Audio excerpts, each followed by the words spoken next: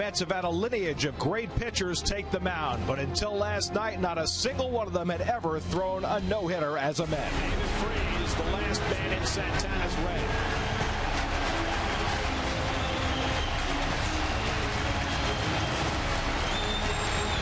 He's out of the mound. It has happened.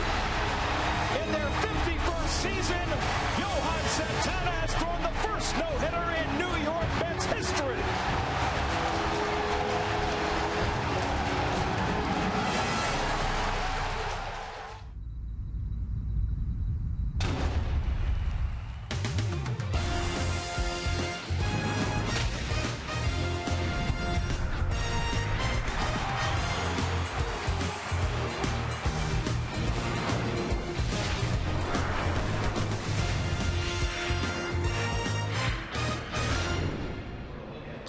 At Citi Field in New York, Pix 11 Sports presents New York Mets baseball. Today, the Mets play the St. Louis Cardinals. As Friday night has melted into Saturday afternoon, Johan Santana's feat last night has become the stuff of legend, instant legend. His no-hitter last night, the first ever in Mets history. And a pleasant good afternoon, everybody, and welcome to Citi Field. Gary Cohen, Ron Darling with you today as the Mets continue their series against the St. Louis Cardinals. But Met World is all abuzz. After 8,020 games, the Mets finally have a no-hitter, a transcendent moment in Mets history. But what of the moment for the man who created this no-hitter and for his teammates, Johan Santana and the Mets? You know, you think about it, when we were doing the game last night, you think of what a single great accomplishment this is. But it was such an unselfish act when you hear all the news that's come pouring in. After the sixth inning, Terry Collins went up to Johan Santana and said to him, "How do you feel?" He said, "I am going to finish this one," which really took all the decision-making out of Terry Collins' hand. Then after the game, after he'd done all his obligations to the media, he went into the clubhouse where all of his teammates were sitting just waiting for the king to arrive, and he told them that we did a great job tonight, that we made history. Only Santana and pitching a no-hitter could make it a team effort. And for a franchise that has lived through so many hard times over the last 5.5 seasons since Adam Wainwright threw that last third strike, what a great moment for this franchise and its fan base to celebrate with absolutely no downside to it. You know, it was the greatest moment that we've had here at Citi Field. It's one of those moments that you say to yourself, is this where the Mets will take off? It's one of those markings that happens in a magical season. We'll see if it's going to be a magical season. So far, so good. Well, so far, all that Johan Santana has done is re-energize a fan base and make many people happy in a way that they didn't think was ever possible. Now the Mets continue their series this afternoon. We'll have all the action for you on Pix 11.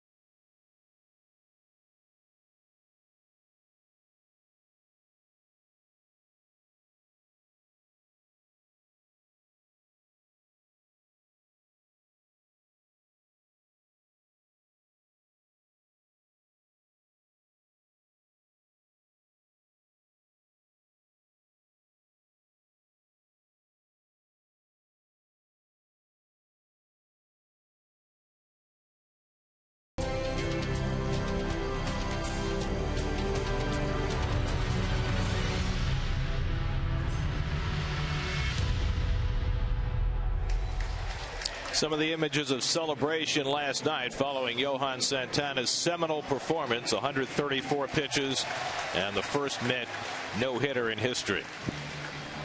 New York Mets baseball is brought to you by Cadillac. Visit CadillacTristate.com to view our attractive lease and finance offers and to find a dealer near you. By Time Warner Cable, enjoy all the things you love better, all from Time Warner Cable. By Mazda, the all-new Mazda CX-5 with 35 highway miles per gallon. By Citi, the official sponsor of Team USA, together every step of the way. By Lexus and the Lexus RX. And by the UPS Store. Let them handle your mailbox service needs. We love logistics. Celebrating Mets great and saves leader John Franco, and he's inducted into the Mets Hall of Fame here at Citi Field tomorrow night at 7:30 with a special on-field pregame ceremony. Then it's Mets Cardinals in the series finale at 8:05. Get your tickets at Mets.com. Well, Santana passes the baton to R.A. Dickey this afternoon. Dickey, who has been brilliant so far this season, will get the assignment in Game 2 of this series, opposed by the Cardinals' Lance Lynn, who's off to a great start of his own. Let's try and keep the good feelings rolling here at Citi Field. First pitch is coming right up.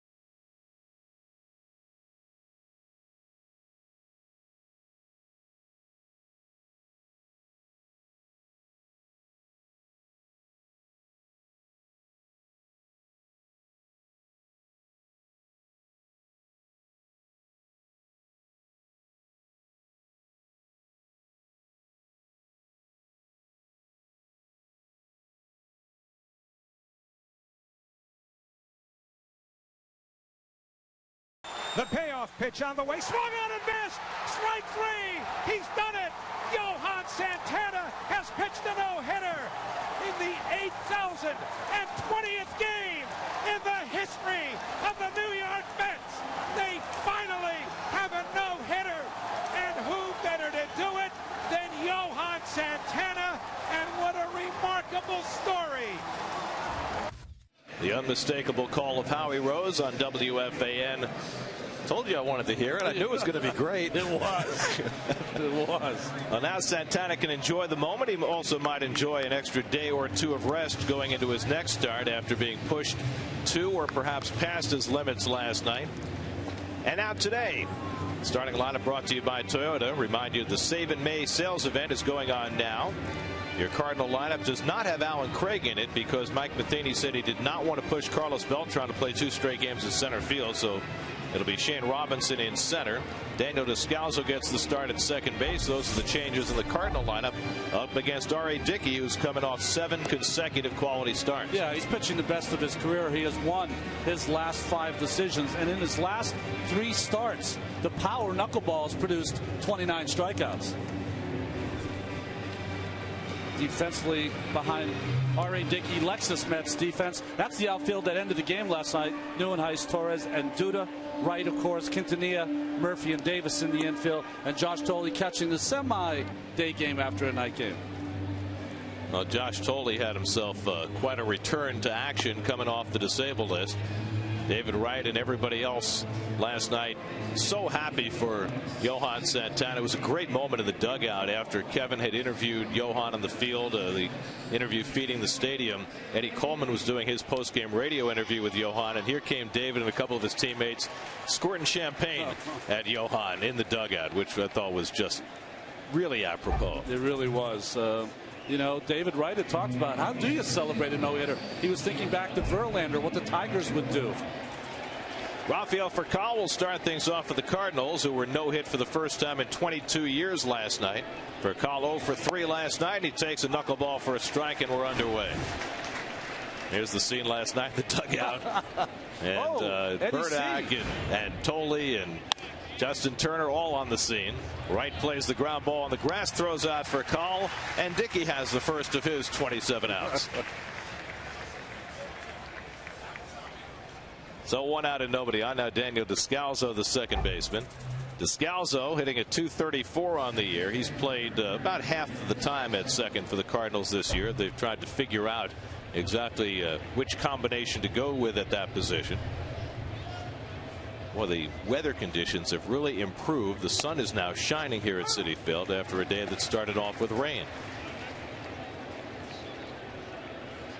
Partly cloudy skies. Temperature in the mid-70s. It's turned into a gorgeous late afternoon. Those thunderstorms seem to just part ways to allow Santana to have his gem.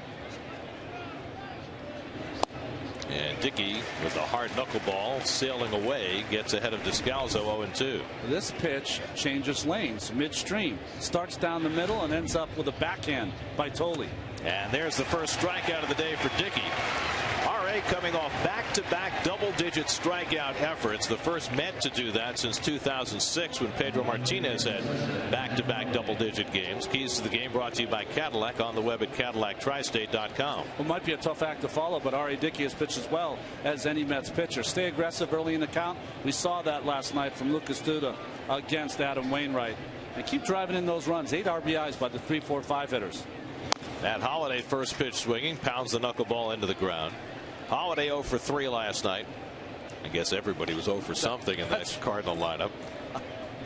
Carlos Beltran hitting cleanup today after batting second last night, waiting on deck. And Holliday strokes one out to right. Duda coming in fast, and he gets there to make the grab. Side retired. Dickey with a quick inning through just 7 pitches gets the Cardinals out, and the Mets come to bat with no score.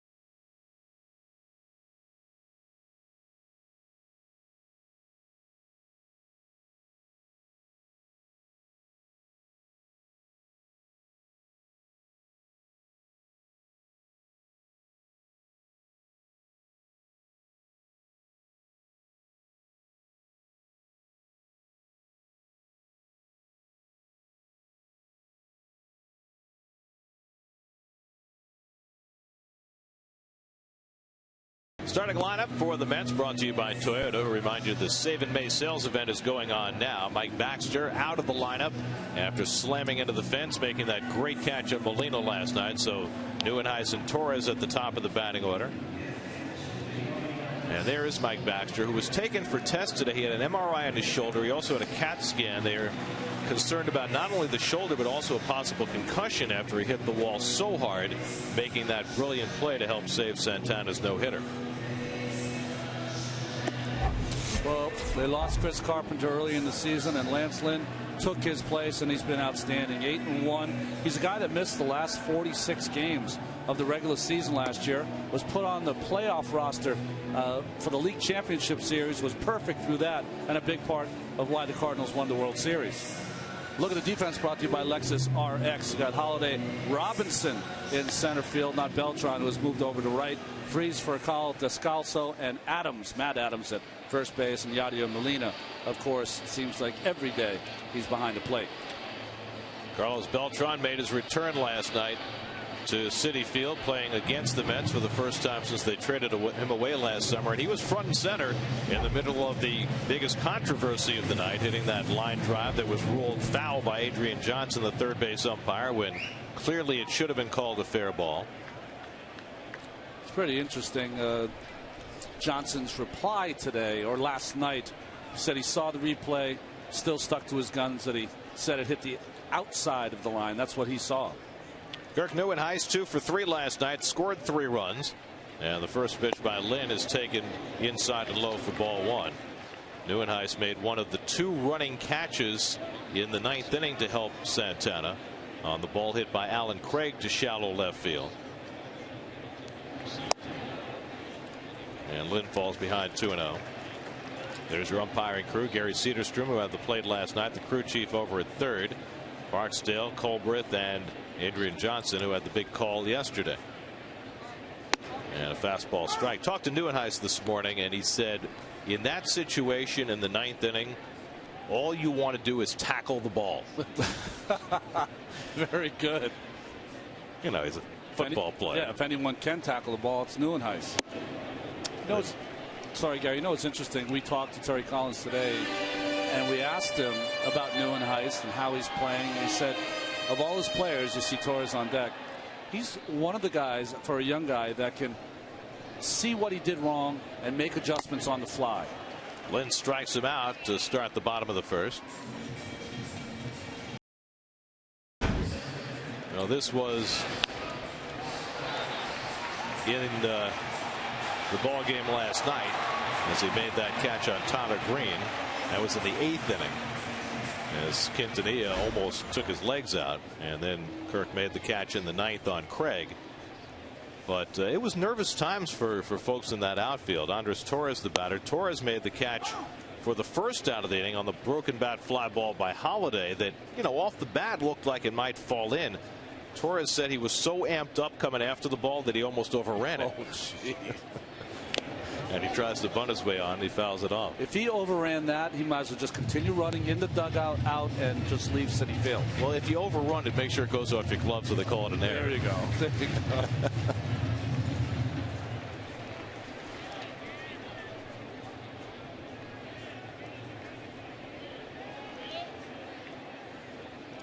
Now the 0-2 to Torres, and it skips away 1-2. Mets have seen Lance Lynn before. In fact, if memory serves, it was the game we did from the Pepsi porch last year. Yeah. He came on in relief in that game, worked an inning and 2/3, allowed a run. But I remember that we were very impressed with his stuff in that game. He'll sink his fastball. He's got a good slider, slurve, hard and late. Slow ground ball down to first, and Matt Adams, not sure whether to flip it, finally does and gets the out on Torres. But this big pitch that he has acquired when he was on the disabled list last year with a strained oblique was the cutter. That has made him this pitcher today, who has 8 wins and 1 loss. Good hustle over here by Lance. Big man now getting down that line. 6'5", 250 pounds. Of course, his first baseman Matt Adams is about the same size. So David Wright bats with 2 out and nobody on. David had a good night last night. Had a double and 2 walks. Scored 2, drove in 1. He's now scored 733 runs, which is just 2 behind Jose Reyes for the Mets' career record for runs scored. This year he's already set the club record for RBIs. He's now second on the all-time hits list. He already has the doubles record. Sign him to one big contract and he'll own every record before he's done. And the breaking ball wide 1-1. Lost in the shuffle of the huge story that was Santana last night was David's declaration that he does not wish to negotiate a contract during the season. Had it not been for the no-hitter last night, those would have been the glaring headlines this morning. Instead, it kind of got lost in the shuffle. Sure, David's happy with that, to tell you the truth. Unquestionably. Still leads the league in on-base percentage at .469. And gets rocked back. And he held the swing in time. Fielding Colbrook with a call, 3-1. There's late movement on the pitches from Lance Lynn. This one surprises David up and in. Good call there by Fielding Colbrook. So David in a positive count where he seems to have spent his season. And gets a fastball to hit and swings through it, 3-2. Lynn was a starting pitcher throughout the minor leagues, and while he had success as a reliever last year, the injury to Chris Carpenter has forced him into a starting role, and all he's done is won 8 of his first 10 starts. Not bad. Now he's had the best run support of any pitcher in the National League, but he's also pitched like an 8-1 pitcher. 2.54 ERA, only 48 hits in 64 innings. Maybe just the opposite of the person in the American League getting all the runs, Clay Buchholz, who has struggled. He's got 5 wins, but his ERA is close to 7. Had one of his better outings last night in beating Toronto, Buchholz. David drives one deep to right center field. Back in the gap goes Robinson, and it's going to be over his head, and it bounced over the wall for a ground rule double.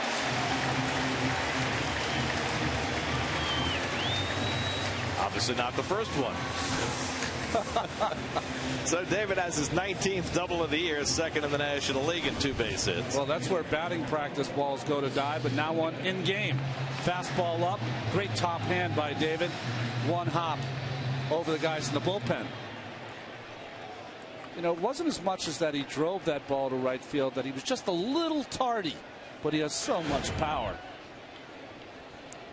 So David continues to rack up the 2 base hits.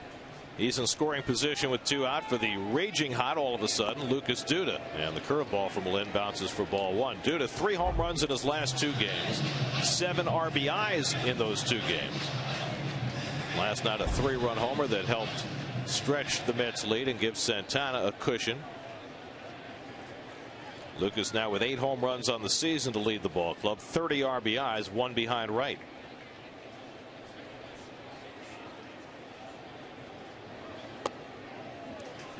And Lynn pitching him carefully, 2-0. Well, we always listen to Keith, who implores Lucas to be a little more aggressive, and he has been the last 2 or 3 games. And a night where it didn't look like anyone was going to hit the ball out of the ballpark, Lucas so strong did. So Lynn quickly behind him, 2-0. Terry Collins was asked today about Lucas being more aggressive, and he said that's nice. But what's more important is that his timing is right. He's getting his foot down in time instead of being late with that foot so that his bat was lagging. It's almost like if he doesn't get his foot down on time, he won't swing the bat because he can't get it in the correct position. We've seen him swing 3-0 just recently, but he'll take this one for a strike, 3-1. Is he still the only Met who has swung 3-0 this season? I think we saw one other. Yeah. Vinny Rottino? Might have been. Yeah.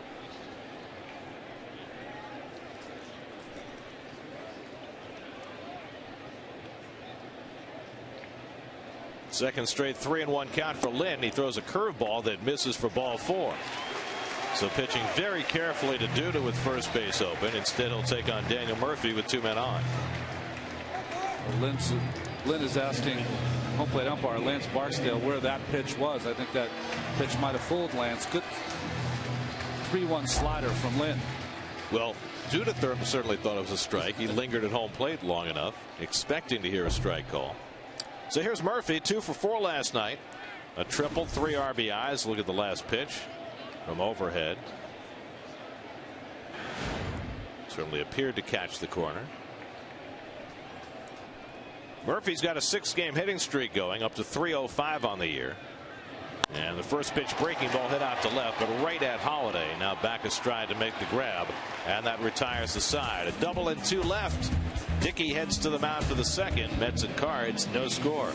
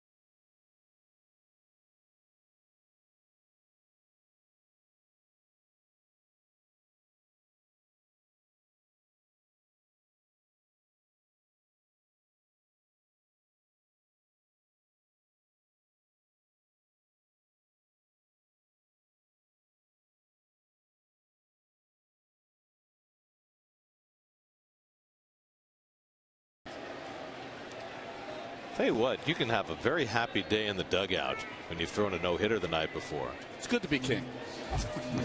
Right? Man. Carlos Beltran leads off in the second against R.A. Dickey. There's the pitch breakdown for Santana last night. The changeup was certainly his best pitch last night, and he used it as a big-time out pitch as Beltran drives one to left center field, and there will be no no-hitter today for a Met. Beltran trying for 2, and the ball skips by Murphy, and Beltran's in with a double. So for the first time in the 11th inning of the series, the Cardinals have a hit. Beltran made sure he kept this one away from the lines. A real good job of this knuckleball that kind of just sits on a tee there for Beltran, and nice short stroke, and still showing some good speed here after the throw from Torres. Beautiful strides, nice turn it up a notch in safely. Beltran's had an odd year in terms of his extra base hits, as Freese drives one to left, chasing Neuenhuis back a couple of strides, and that's the first out. Beltran leads the league with 15 home runs, but that's only his 5th double, which is a kind of a strange ratio. It seems like a strange stat for me, Carlos, who is a doubles machine, but what that tells me is that every single time he's hit the ball square, he's gotten it up in the air for a home run. We're running the tab. Oh, no. We blotted out the 8019, and now we're up to 1. So we're not even doing games now, we're just doing days. The winner counts. Very nice. Very good, guys. People get spoiled in a hurry around here. Yadier Molina for 2 last night, and he hits it sharply, and David Wright got it, then kicked it, and everybody's safe. I'll give Molina credit for a base hit, but that's one that David had in his glove. Yeah, it kind of startled David. This ball ripped down the line, catches it when it comes out of his glove, it hits the top of his shoe, and he kind of kicks it away, shins it away towards the line. Watch, drops out of his glove, hits his shin, and Molina safe. So runners at the corners with 1 out for the Cardinals, and now Matt Adams, the first baseman, will step in. Adams 0 for 2 last night, hitless in his last 10 at bats. That's put on a shift against him, and Beltran edging down the line at third as that pitch is thrown. With Wright playing off the line, Beltran took some serious liberties there, came about 35 feet down the line, before Dickey threw the pitch. Well, I think it's a good play by Carlos once. Now all he wants to do is get a big lead and make sure that he's ready for any pass ball or wild pitch from Dickey. Could be a double play. Murphy to Quintanilla and back to first for 2. Dickey gets the ground ball he needs. Mets turn the 4-6-3, and the Cardinals are kept off the board in the second. With the shift on, the footwork a little different. Quintanilla getting to the bag, and the Mets turn it over. No score.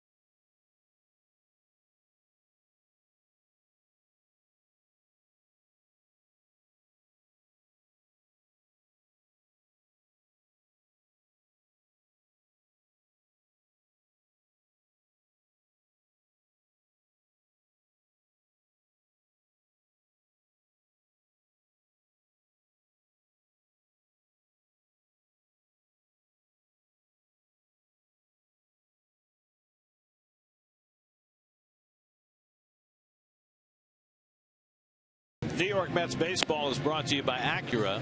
Acura Advance.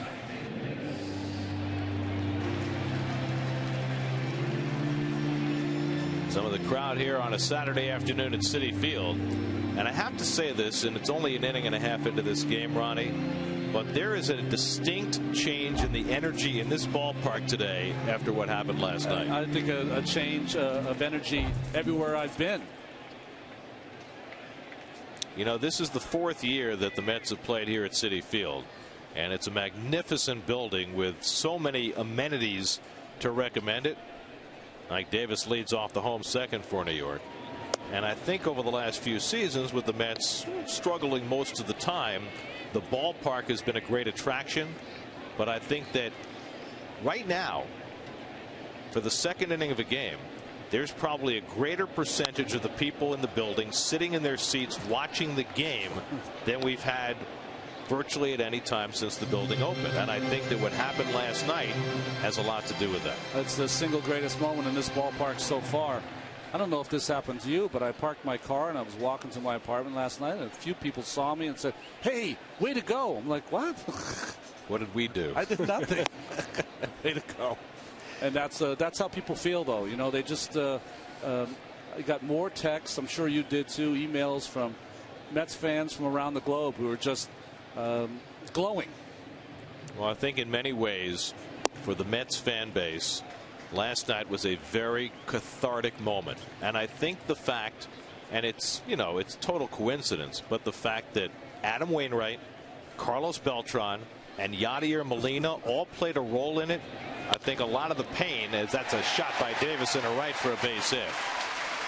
And the Mets have the leadoff man on against Lynn in the second.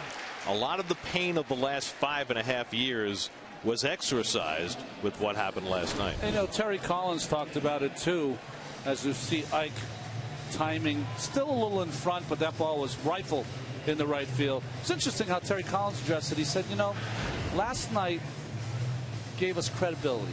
You know, it was legit. And what it was for this team, Terry feels as though, hey, come and watch us play. You know, we're a good team.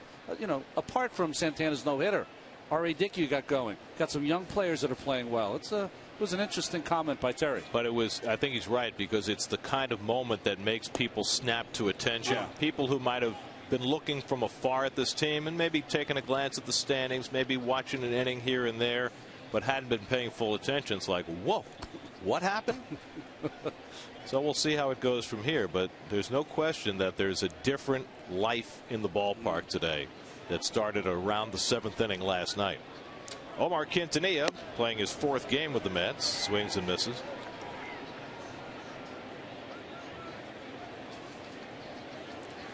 Quintanilla 5 for 12 since donning a Mets uniform. 25-year-old Lance Lynn, a rebel out of Ole Miss.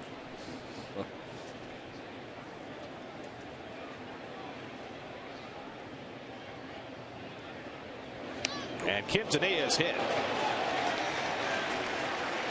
Got him on the left hand.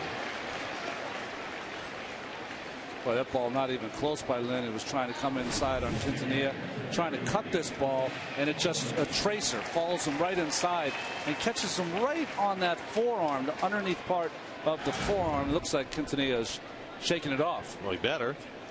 The Mets have already gone well into their depth chart as shortstop. From Tejada to Cedeno to Turner and now Quintanilla.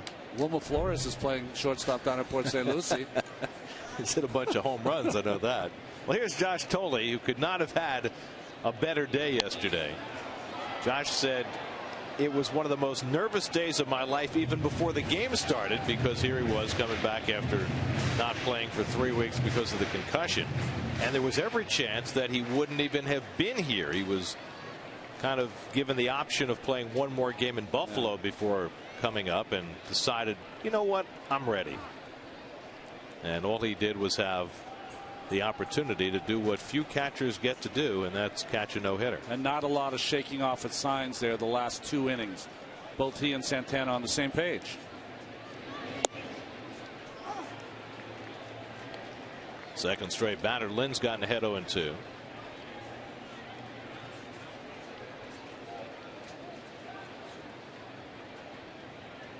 Davis at second, Quintanilla at first with nobody out.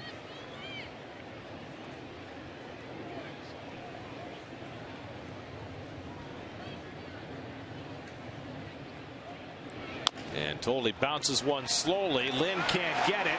First baseman Adams with the flip, safe, and the bases are loaded. Well, that ball, once it got past the glove of Lynn in no man's land, it was going to be trouble, even with a guy like Thole who doesn't run all that fast going up the line, and Lynn couldn't quite get back to the bag. Well, this play since the beginning of time is only made if the pitcher can bend over and make that play. Just too difficult an angle to catch the ball, reach for the base, and catch the base all at the same time.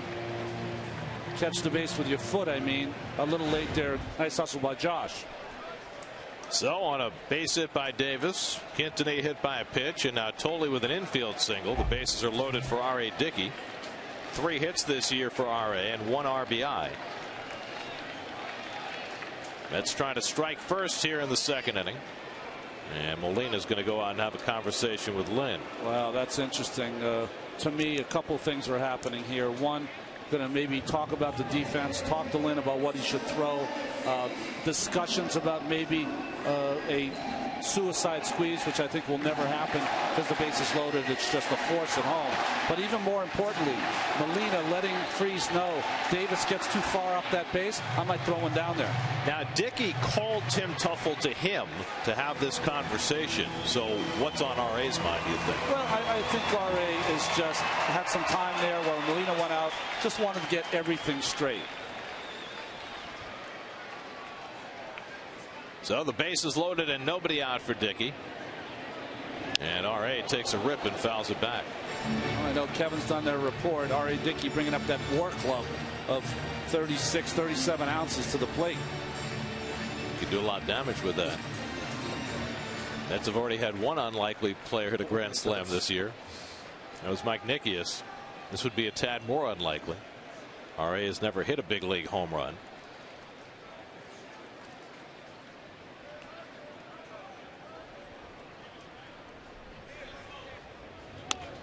Puts it in play. Descalzo bobbles it, recovers in time, and then it's dropped by Adams at first. The run is in, and everybody's safe. A double mishandling of the ball by the Cardinals, and the Mets lead it 1-0.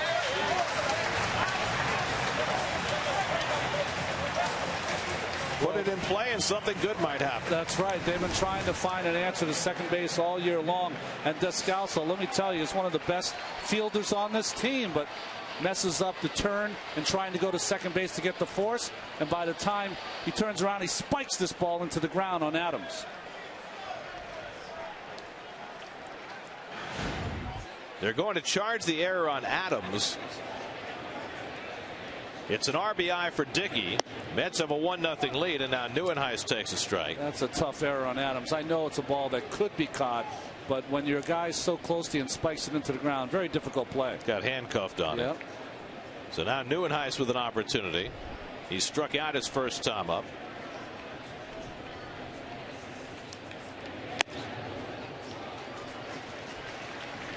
First run of the game brought to you by Chevy, on the web at ChevyOffers.com. Mike Davis coming home with that run. He has the only hard hit ball in the inning.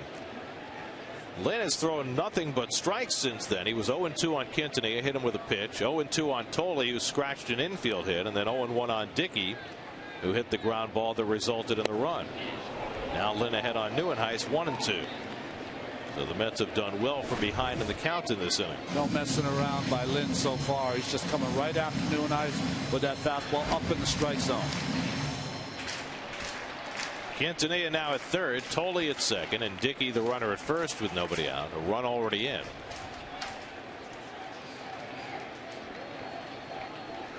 And on 1-2, Neuenhuis bounces the curveball slowly. Adams is going to have to make the play on Neuenhuis as a run comes home, and it's 2-0 New York. So again behind in the count, the Mets put it in play, and something good happens as Quintanilla comes home with the second run of the inning. Well, other than Davis, this inning hasn't been very punishing to Lynn. Another just topped ball down the infield line. Nice play by Adams with the tag, but another run comes in. And a doubly productive out because it gets Tolle to third with one out. And Andres Torres with a chance to get him home without a hit. Torres grounded out his first time up. Tolle at third, Dickey at second. The middle infielders are back. They're ready to concede a third run in this inning on a ground ball to the second baseman or the shortstop. Despite being no hit last night, that is the #1 offense in the National League. Corners pinched in, middle infield back for Mike Matheny.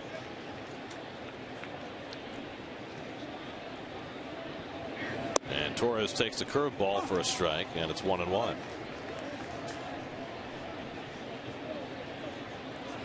David Wright waiting on deck.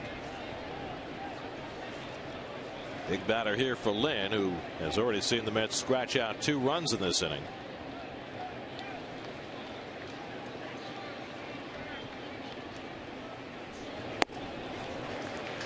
Two balls and a strike to Torres.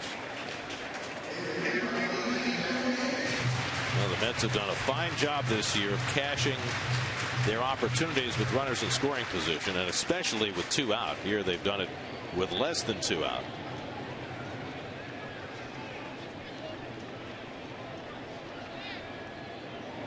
And Torres tries to lay off, but he went around. And Lynn gets even 2-2.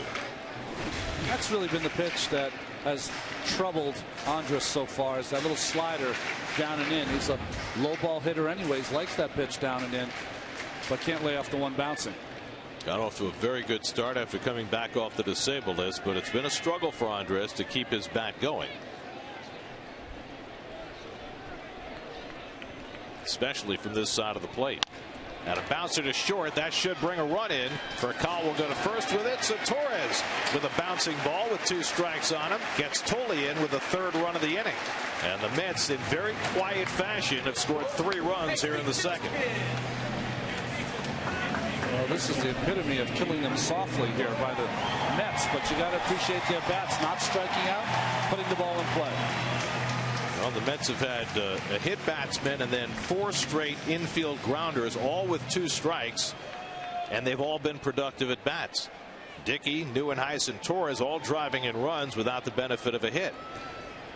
Now with a runner at 3rd and 2 out, here's Wright, who hit a ground rule double to right center his first time up. David's 19th double of the year. Only Joey Votto has more in the National League. And a slider off the plate for ball 1. It's been a long time since I've seen an inning like this. Yeah, right. But against Lynn, who has averaged, 8.5 strikeouts per 9 innings, the very fact of having 5 straight hitters with 2 strikes, put the ball in play, is an accomplishment in itself. It's like a pitcher's pickup game out here right now. Normally Lynn is able to put people away with his curveball, but that has not happened in this inning. And the Mets have been able to take advantage. That and the poor fielding play. There he throws the fastball by Wright, and it's 1-1. It's got to be a very frustrating kind of a feeling if you're a pitcher. I mean, he's made 1, maybe 2 bad pitches all inning, and he's got a 3 spot up against him. Yeah, the key though is Quintanilla. I mean, he has him 0-2. Not that you have to put him away, but certainly can't hit him. 2 balls and a strike to Wright. But as a young pitcher, first year as a starter in the big leagues, how do you shake off that kind of feeling? I think that's the hard part for him, is that everything has gone his way really this year. All the run support, 8 of his 8 and 1 in his decisions. Good things have happened all year. These things are gonna come around after a while. And the curveball hit sharply, but right at Furcal, and he makes the play cleanly. Adams catches this one, and the inning is over. So Lynn gets 5 straight ground balls, finally has 3 outs, and the Mets have 3 runs for Dickey. 3-0 Mets after 2.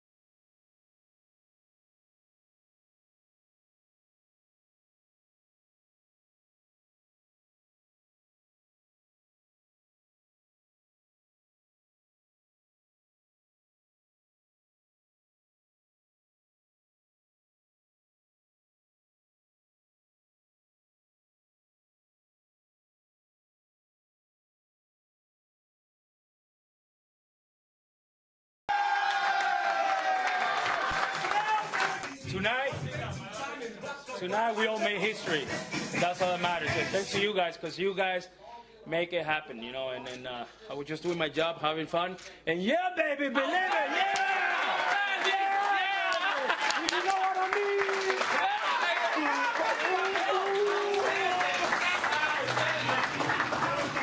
The video recap brought to you by Fujifilm. Long zoom digital cameras, expect innovation. And that's what you're talking about with Santana, sharing the moment and making his teammates the focus. We, not I with Santana. Shane Robinson leads off the 3rd inning, and like most of the Cardinals early in this game, swinging early against Dickey, threw him a first pitch fastball. Cardinals putting the 2nd or 3rd pitch into play in every at bat. It was the best baby since Austin Powers, wasn't it? That's his line.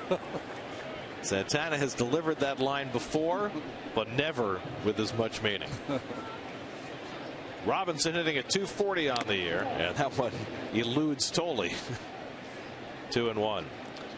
Well, not only did the Mets go longer than any other franchise in their history with that no-hitter, they beat the Cardinals record by more than 3,000 games.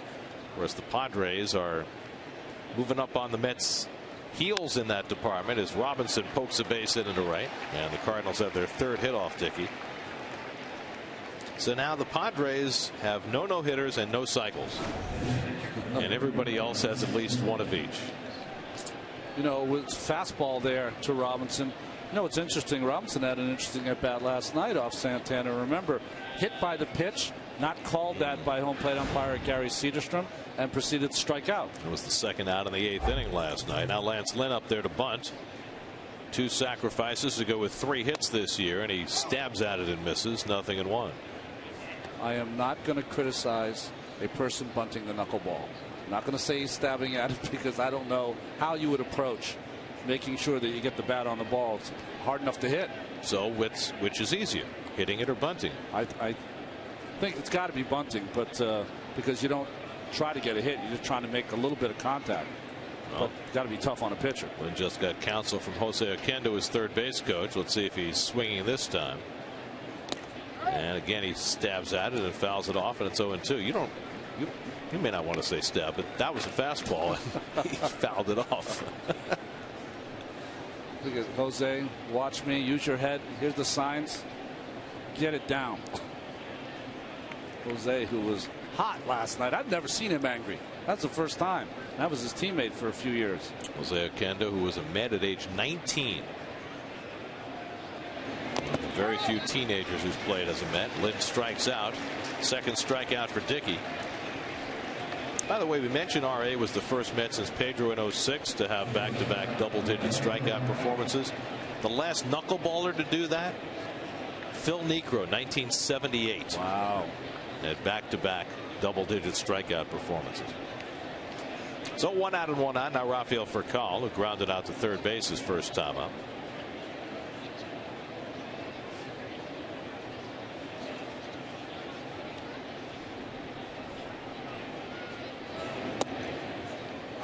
He takes the knuckleball for a strike.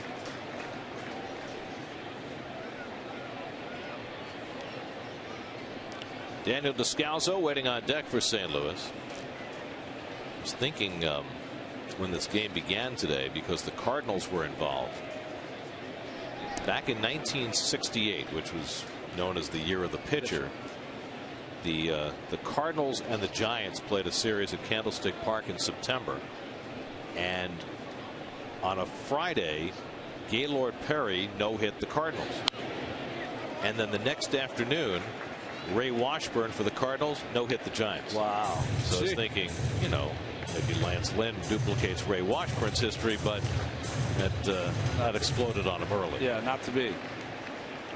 When Perry threw the no-hitter against the Cardinals, he beat Bob Gibson 1-0.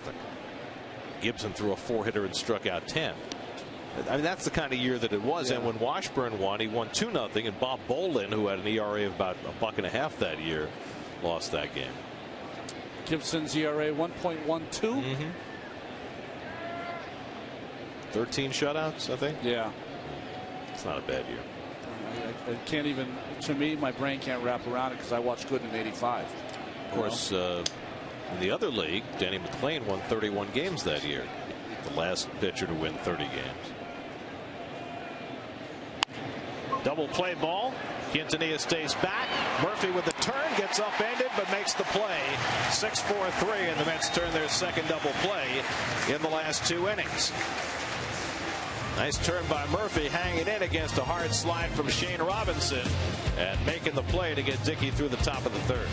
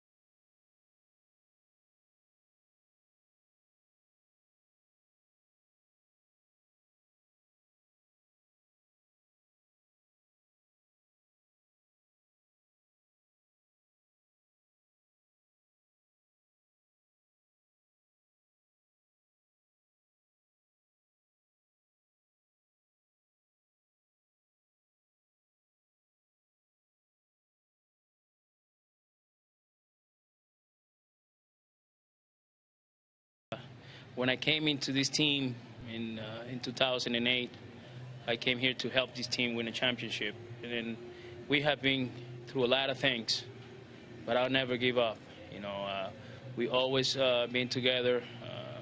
We win, lose together, and to being able to accomplish this is an honor. You know, I know how much this means to New York and to the New York Mets, and then definitely that's something that I'm proud of, and I'm very happy to be part of it.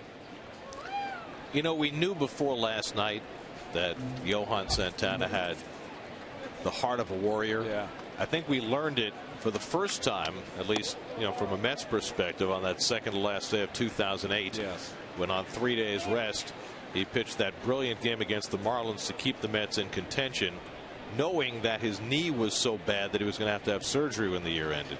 I think that was the day that had defined Johan as a Met until last night. And really, there's been now 2 careers maybe for him. You know, it's just ironic to me that he probably 20 out of 35 times a year for the Minnesota Twins probably had no-hit stuff. And here at his 99th start, and at 33 years old, pitches his first one for the Mets. Duda takes it wide, and it's 3-1. Kevin Burkhardt is with us. And Kevin, I know that you know as well as anybody the role that Johan plays in that clubhouse and the absolute warm feelings that the other 24 guys had when it was all over. There's no doubt. And I think that, you know, we talked about it, just what his presence on opening day meant on the mound for the team. And, you know, then it changed when he started pitching well. And, yeah, you could see it. They all wanted it for him. And, you know, he talked today to some of the media members just kind of as a follow-up, Gary. And you hit it, the heart, you know. As Holiday will corral that one. But Johan said, you know, there are a lot of questions about me and velocity and will I compete again, but I've got my heart, and, you know, kind of pointed to his chest, and that was ever so evident last night. You know, he also kind of compared it a little bit to his first Cy Young Award in 2004. He said, you know, when I won that, it was important to me, the team, and my country. And last night, you know, I knew it was important to Mets fans, you know, for the first time. He could sense that, and he said it on the field when I talked to him too, right after, without even being prompted about it. He knew the moment. I mean, it was him, but it was a lot bigger than just him. There's Daniel Murphy, and I think what's also interesting in the wake of last night is how evident it was that not only Johan, but really all these players, you know, none of whom has been here other than David Wright for more than a few years, had a keen sense of what that game meant to this franchise. You know, players come and players go, and they don't always have that great sense of history about what has come before them. But everybody on that field last night seemed to understand that this wasn't just a no-hitter. As if one could say just a no-hitter, it was something even more meaningful than that for this franchise. Yeah, it was historic, and I think everyone on that bench felt it. You could tell that in the last 2 innings, every player to a man just locked in on every single pitch Santana was throwing. The anxiety of the players on the field. Murphy hits one out to deep right center. Beltran going back in the gap will get there and run it down for the second out. And what I found interesting is that after the immediate kind of scrum of players together after Santana got the last out, I found it odd that he then stepped away and all of the players went up to him and had their moment with him like it was a papal visit or seeing the Dalai Lama or whatever, and shaking his hand and having their private moment with him to reflect on just the, you know, historic night in this building. You know, guys, the post-game moment for me, you know, and Gary, you're talking about how the guys knew. No one knew more than Mike Baxter. You know, the lifelong Met fan who grew up here and attended a million games here. And the post-game moment for me was him. Came out, met the media, could barely put his shirt on. I mean, he took a lot of time and great care just to put his shirt on. That's the type of pain he was in after that miraculous catch off Molina in the 7th. And, you know, he talked about the meaning of it and how great it was for Johan. And when everyone left, I went up to him. I said, listen, you're a lifelong Met fan. You know what this means. That catch will be replayed forever. And he said, yeah, that was pretty cool. He goes right in there with Tommy Agee and Andy Chavez with that catch. Yes, he does. Ron Swoboda. And Baxter knew it. And you know, what struck me about Mike was, in listening to him after the game, you know, he had given up his body to make sure that Santana could keep that no-hit bid intact, and he knew when he caught that ball that there was going to be some serious impact, and yet he deflected all of the attention away from himself. It wasn't about him. It was all about Johan, and you know, I think we learn more and more about the character of Mike Baxter every day. Jack Curran taught him right at Archbishop Malloy, didn't he? Yes, he did. He said the ball came back over his shoulder. And like you said, just reached out. He knew that he was on the warning track, takes a peek, but it's too late by then, and just takes the full brunt of that hit. 1-2 to Davis is high. We're still waiting for the results of the tests, at least in terms of some kind of public announcement, because Mike had an MRI and a CAT scan today, and certainly hope that his injuries will not keep him out for long, because goodness, what he has meant to this team, just in terms of the magic that this team has put together.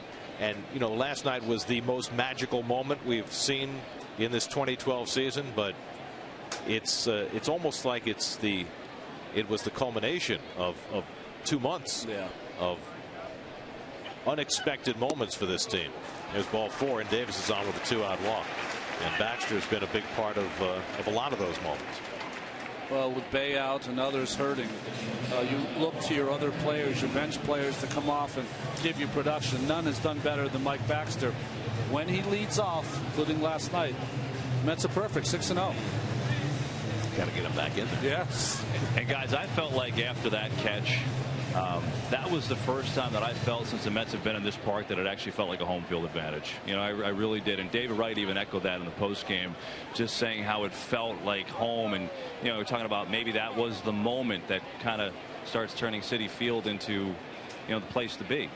There's Quintanilla. And, you know, Ronnie and I were talking about that a moment ago, Kevin, and I don't know if you can feel it from where you're sitting, but I can almost feel the difference in the ballpark today compared to where we were 24 hours ago, just as far as people in their seats, creating a buzz, paying attention. Totally agree. Quintanilla hit on the hand by a pitch his first time up, and he takes it wide, 1-1. Well, that's a good thing. You know, it's important to provide people with the other amenities that a spanking new ballpark gives you, but the most important thing is the fans creating that synergy with the team to create that kind of a home field advantage. And it's something that frankly has been missing since this ballpark opened, and if last night was what it took to get it going, that's a great thing. Well, I'll tell you, one of the greatest memories I ever have of being a player, and we didn't do anything that season, but 1984, we won 90 ball games, and that synergy you're talking about, Gary, between the fans and that team. I remember the last game of the season, we threw our hats into the stands, which is kind of a little silly thing to do. It doesn't really mean too much. Well, it meant a lot to us, and it meant a lot to the fans. Well, this is one of those building years. You know, you don't know what the end result is going to be, but what you know is that it's a team that the people who have been paying attention have fallen in love with.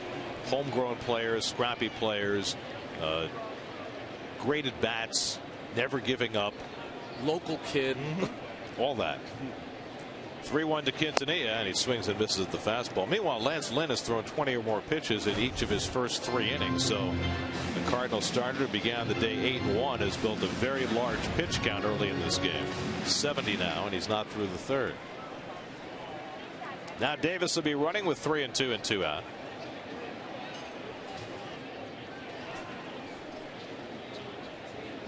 And Quintanilla down on strikes to end the inning. Second strikeout of the day for Lance Lynn.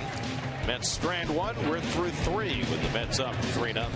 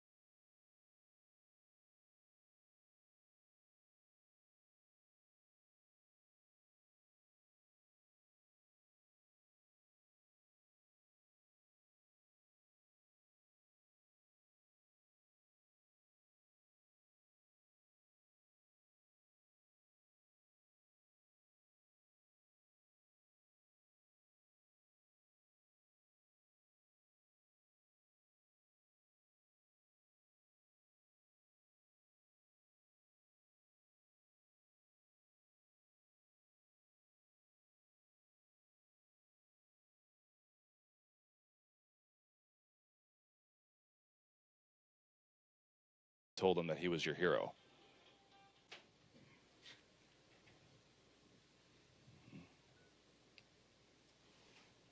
Yeah, that's what I told him. You know, he should be the one sitting in here, not me. This is his. He had everything to do with this. He had everything to get ready. I just told Sandy, I said, of course, all the questions I have to answer before the game, the one is how long you can go with him now that he's sound. And I dropped the 115 figure on him. And I just couldn't take him out. You know, I just couldn't do it. So many mixed emotions for Terry Collins last night and again today as he wrestled in his mind for, 3-4 innings about what to do last night as Johan Santana continued to no-hit the Cardinals and his pitch count continued to rise. He said a part of his non-decision went against everything he stood for.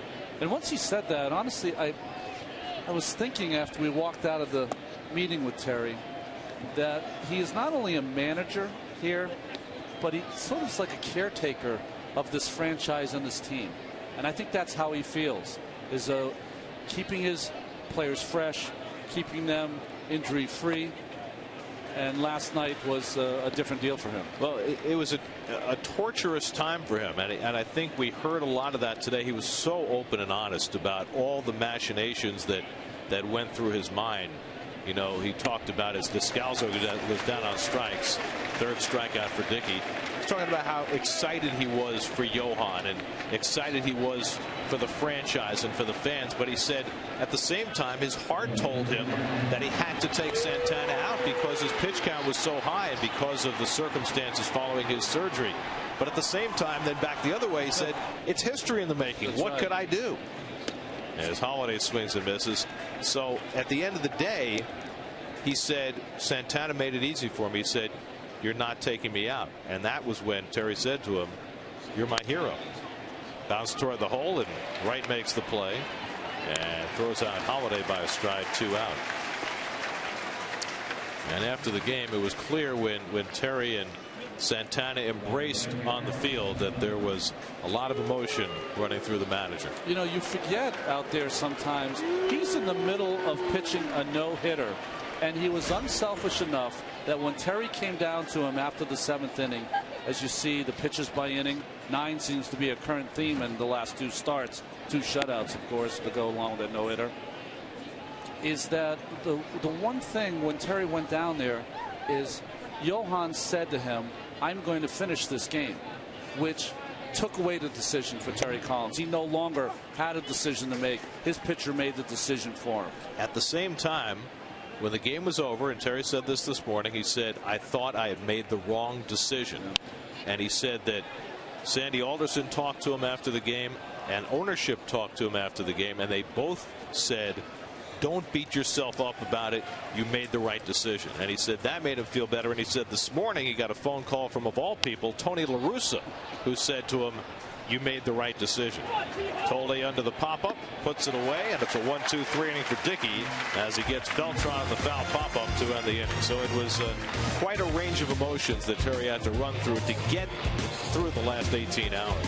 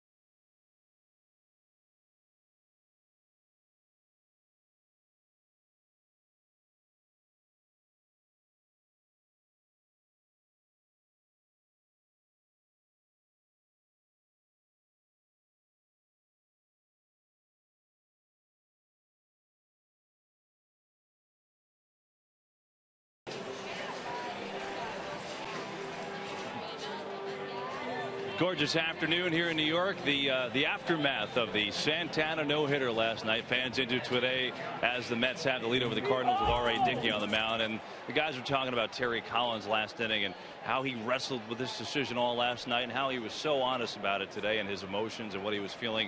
I sat by the dugout for the last 4 innings of the game, guys, and there were a couple things that I noticed that I wanted to share. First of all, Gary, you talked about Santana telling Terry Collins that he wasn't coming out of that game.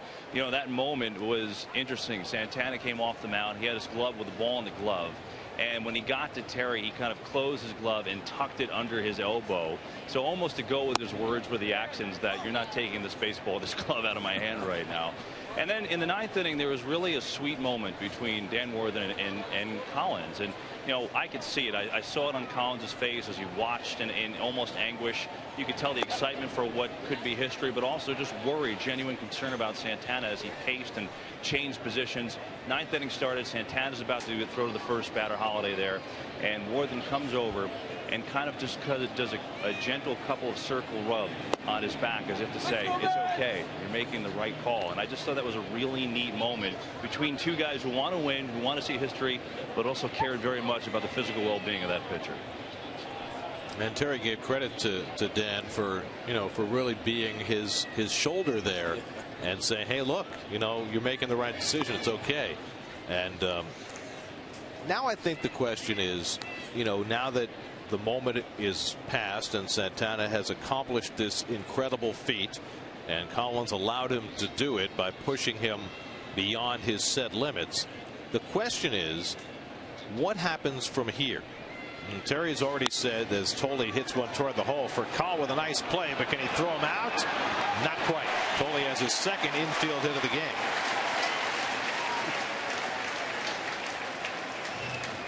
Tolle's magical weekend continues. Exactly. Well, just enough in the hole. We've seen for Call when he was a younger player stop and fire that ball to first. Probably doesn't have as much on the ball as he did when he was with the Atlanta. Collins has already said that he might well give Santana an extra day or two. He's right now scheduled to pitch Wednesday in Washington, but the Mets have enough flexibility now with Miguel Batista eligible to come off the disabled list, Chris Young available after pitching 6 scoreless in Buffalo as Dickey gets the bunt down and Lynn makes the play to Descalso for the out. They've got the wherewithal to push him back a couple of days if that's what they want to do. But I guess the question is, Ronnie, for a pitcher, what does 134 pitches mean as opposed to the 110 or 115 that was prescribed for him going into that start? What's the impact today? What's the impact tomorrow? And what's the impact, do you think, the next time he pitches? Well, it's almost impossible to answer this question. I think that if you're answering it from a person who's not coming off surgery, you say to yourself, you know, one, it's an anomaly if it only happens once, and you go back to your 110, 115 pitches. If it happens 2 or 3 times, then it can really affect you. Now, that's a person not coming off surgery. A guy that's coming off surgery like Santana has, they knew this was going to be a project all year to try to keep him at 100 to 110 pitches if they could. Well, last night they could not. You know, I described it as the runaway train, and that's what it felt like for everyone involved. That being said, I think that the extra day is or 2 coming down the stretch. Maybe the next 2 starts he gets an extra day would be a good way to do it if they could. But this morning, as soon as Santana came in, and this is, you know he's thinking about we instead of me all the time, peeked his head in the office of Terry Collins and said, I'm fine and I will be fine, and went to get his work in. Slow ground ball off the bat of Neuenhuis, and Descalso throws him out. Tolle over to third with 2 out. Well, here are the words from Terry Collins about his decision to leave Santana in to throw 134. Certainly, I wanted it for him. I wanted it for the organization, all those people that were here tonight. But, you know, Brian, you just don't jeopardize the whole organization, you know, this season for 1 inning. So we'll wait 5 days and see how it is. You can certainly hear and see the emotion and the real torture that Terry was wrestling with in trying to make that decision. That was last night.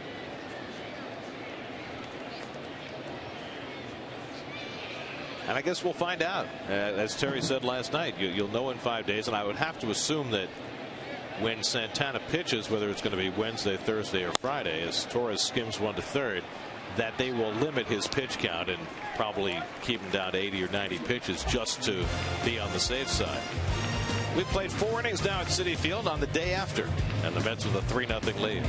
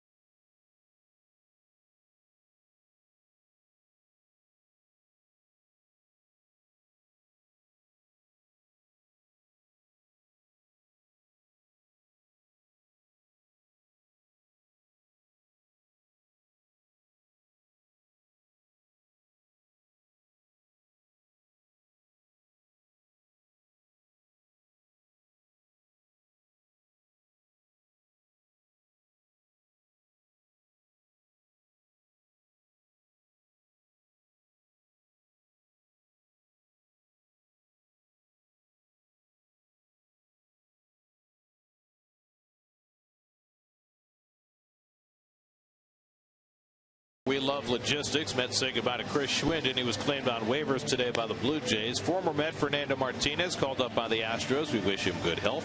Nick Punto had a good day. Felix Dubron with 6 good innings.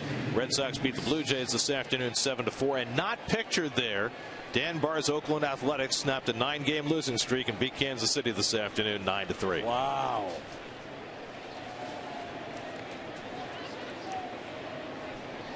That looks good. Can we get a couple of those? Yeah, why not? It is Visor Day. How could we tell? Well, We got a astute sense of the obvious. we got a memo. Fifth inning brought to you by Ford. Check out the best-selling vehicles with the best-selling values in America. Visit your Tri-State Ford dealers today.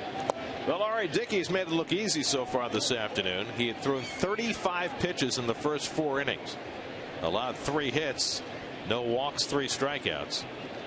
David Freese fouls it back, and it's a ball and 2 strikes. We've seen Dickey dial his knuckleball as slow as 59 miles an hour today.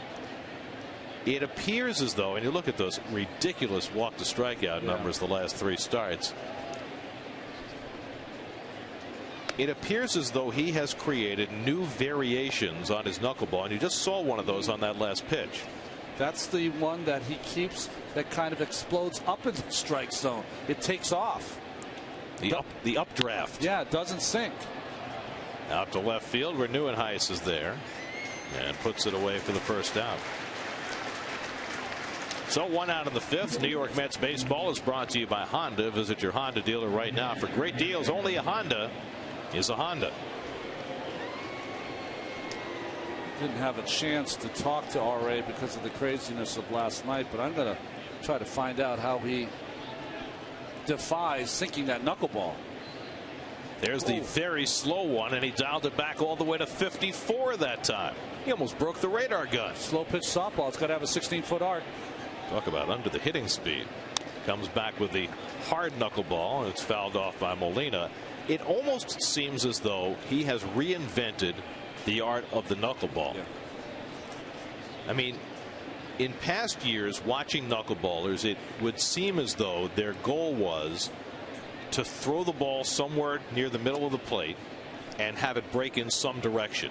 And it looks like RA is going at it completely differently from that game plan. Well, the first day he got here, I'll never forget that he said, listen, I have control of the knuckleball.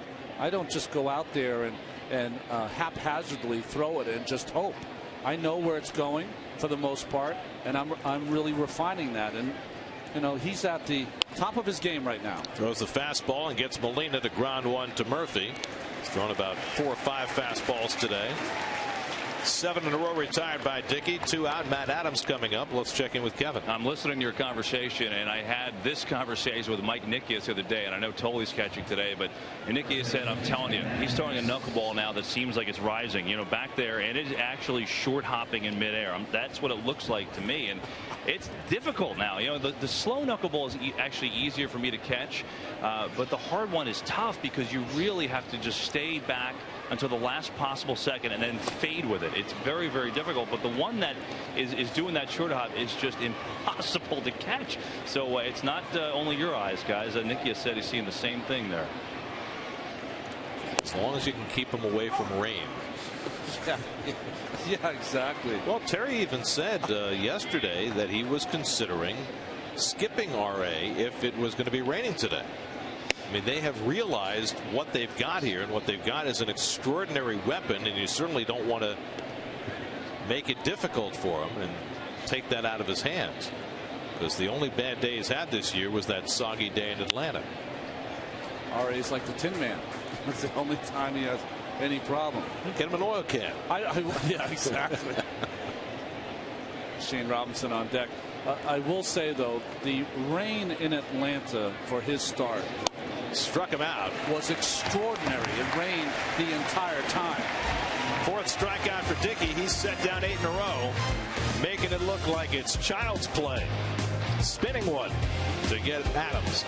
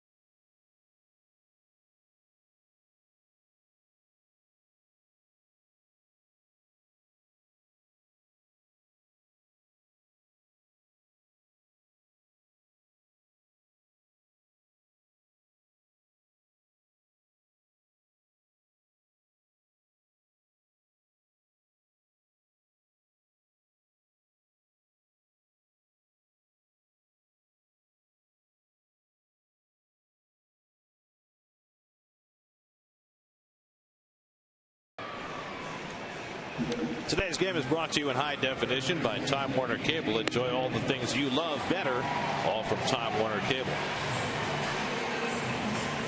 Here's your Mets upcoming schedule, brought to you by Boar's Head Bold. Discover bold flavor. ESPN takes the reins tomorrow night for Game 3 of the series. We're back with you Monday afternoon on SNY for the final game of the series. Then the Mets go to D.C. for 3, to the Bronx for 3, and to St. Petersburg, Florida, to play the Rays for 3. That is a very difficult 9-game road trip starting on Tuesday. View from the Shea Bridge, where the view is good today. Mets with a 3-0 lead. David Wright leads off against Lance Lynn in the home 5th and takes a slider outside for ball 1. David doubled to right center in the 1st, grounds it out to short in the 2nd. Mets scored all 3 of their runs in the 2nd inning. The unlikely inning went this way. Hard single by Ike Davis. Quintanilla hit on the hand by an 0-2 pitch.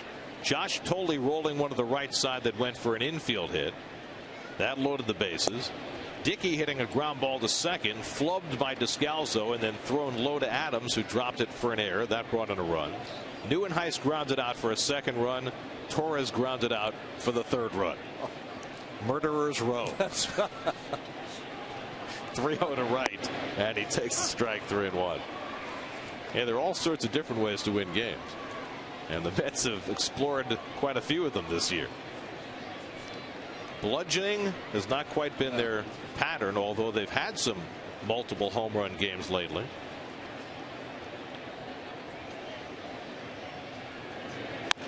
And Wright fouls it back. But what's most stunning about this series so far is that Met pitchers have thrown 14 innings and thrown 14 zeros against the team that came into this series as the best offensive team in the National League.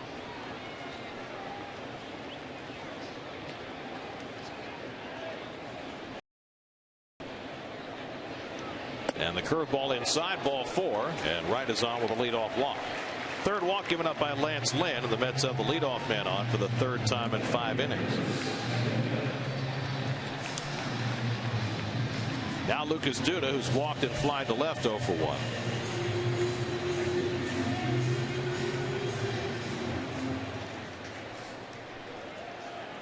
Shadows starting to become an issue with the 4 o'clock start. Probably more of an issue for the Met hitters right now than it is for the Cardinal hitters. I don't know, maybe it's easier to hit a knuckleball in the shadows. When you can't see it. Just swing right down the middle and hopefully it hits the bat.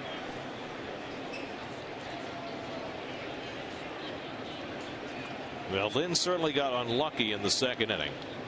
Gave up those 3 runs and had awfully good command of this game otherwise. But I think he's well aware of the way Dickey is dealing right now. And with Arias' pitch count so low, he's only thrown 50 pitches in 5 innings. I think Lynn knows he can't afford to give up anything else. But he's going through the same thing that Wainwright went through yesterday when the lead was just 2 against Santana. He tried to hold it at bay, but Lucas Duda got him.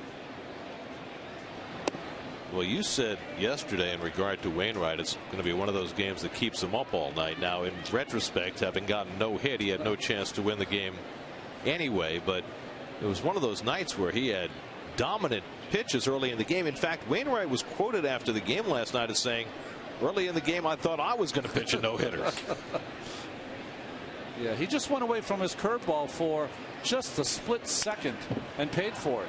He was trying to throw that cutter in, which Duda took deep for a 3-run home run. He was trying to kind of sink the ball away, throwing a lot of changeup, but it was his curveball, in my opinion, that he went away from just long enough for the Mets to put a couple aboard. And that curveball was at its dominating best last night. Victor Marte up in the Cardinal bullpen as Lynn is up over 90 pitches for the afternoon.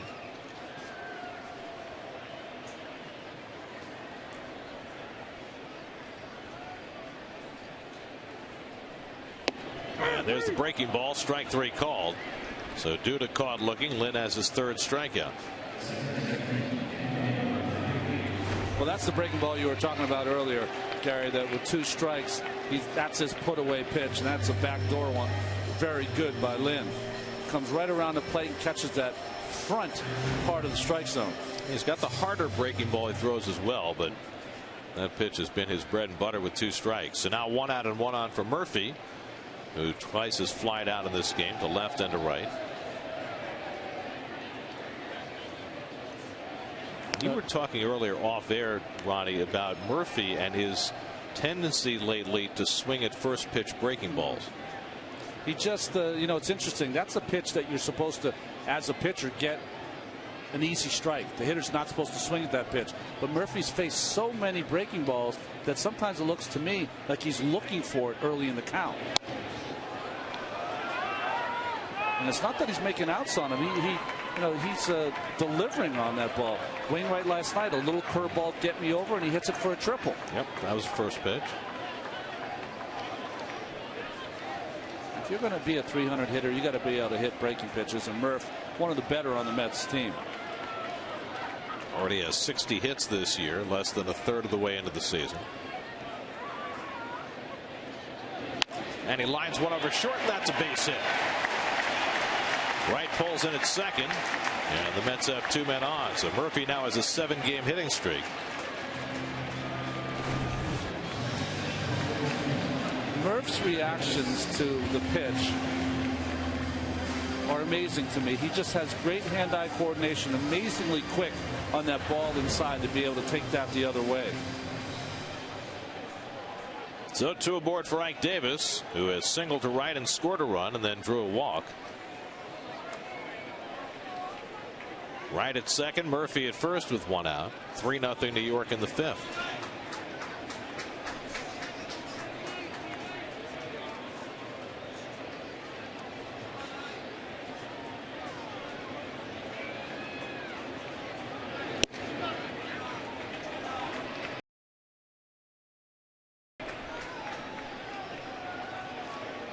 Omar Quintanilla is next.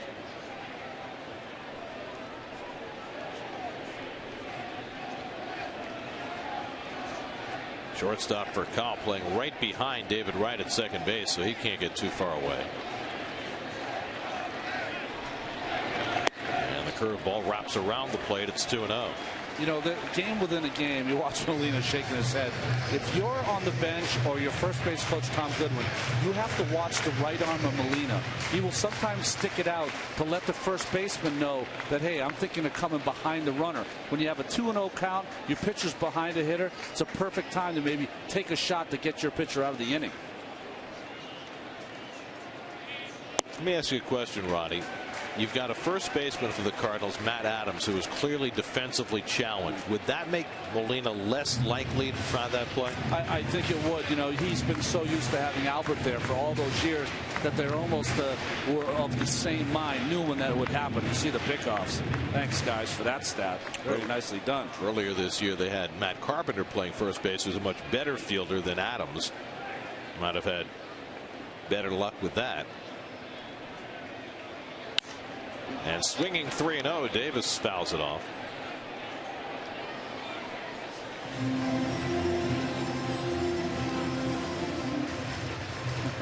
You see just under his the chin part of his mask, I think you can see on that red part, it says Yachty. It's like Ichiro. Right. Known by not one name. Well, he's like, famous enough. Like a Brazilian soccer player. There you go. There's a strike, and it's 3-2 to Davis. Well, 1 out here, 3-2. Can't run the runners with Ike Davis up.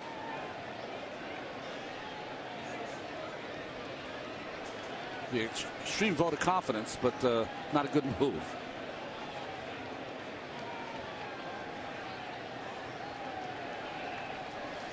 And Lynn and Molina having trouble getting on the same page.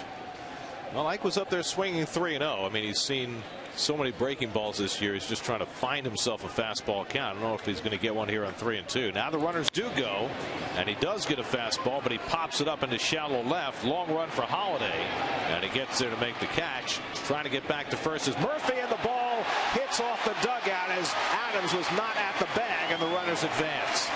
Well, Holiday was trying to throw behind Murphy to double him off, but Adams was nowhere to be found. They're going to charge an error to Holiday, but Matt Adams just didn't know what was going on. Well, he fell asleep over there at first base. Murphy got all the way to second base. Holiday realized it. He was yelled at by his shortstop, Turcal, takes a shot, but Adams just fell asleep. It's like they teach you in Little League. There's no such job as I'm not supposed to do anything on the play. That's right. I mean, he has no other responsibility on that play other than to be there to take that throw. Mike Matheny's on his way out to the mound. Well, he's running out. This has got to be a strategic talk, I would think, from Matheny, asking his pitcher, does he want to put the batter Quintanilla on first base and pitch to Tolley, or go right after him? I mean, Josh Tolley, the master of the infield hit.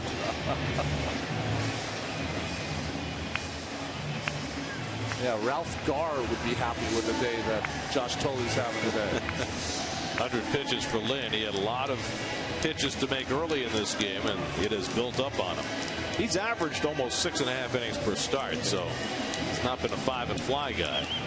This may be a different kind of a day for Lynn, who is tied for the league lead in wins. Let's watch Adams and where he went on this play. Well, he's just watching the action just like we are up here, not paying attention to what could happen. He had to see that Murphy was so far off the base. You know what he was doing, though? He was, in his mind, moving a step to his right to back up a potential throw to second base. Well, but there was no play at second. Yeah.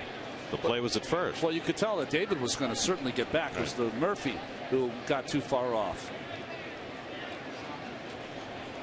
So 2 in scoring position for Quintanilla, who's been hit by a pitch and struck out today, 0 for 1. And Omar takes low and inside, a ball and a strike. This is a huge at bat by Quintanilla. This could give the breathing room that RA would need. Tolley would be next. You got to think in these instances when you're a hitter, think ahead of the pitcher. Base open, you're going to see a lot of breaking balls. And there's one, but it misses. 2 and 1.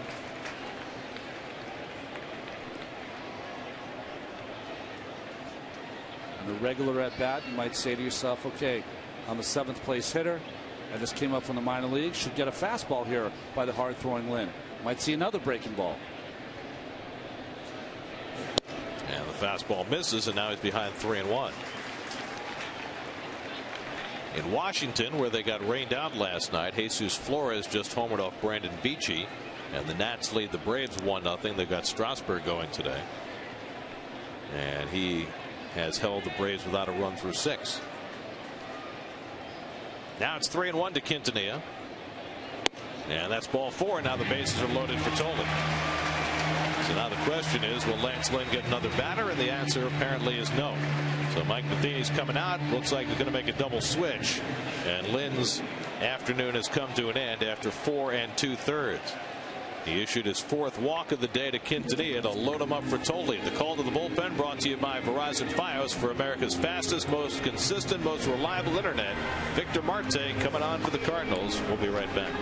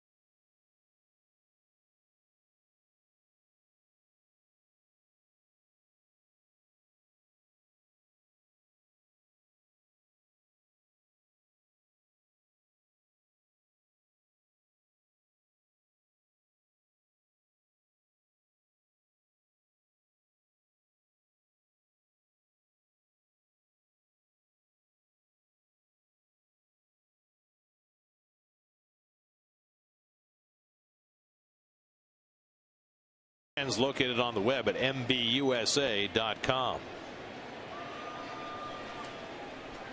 If you're thinking it, they're saying it. Every night, Help Me Howard's tackling swindlers and fighting for you. Plus, Greg Macher's always on the trail of something different. Weeknights at 5 and 10 on the Pix 11 News.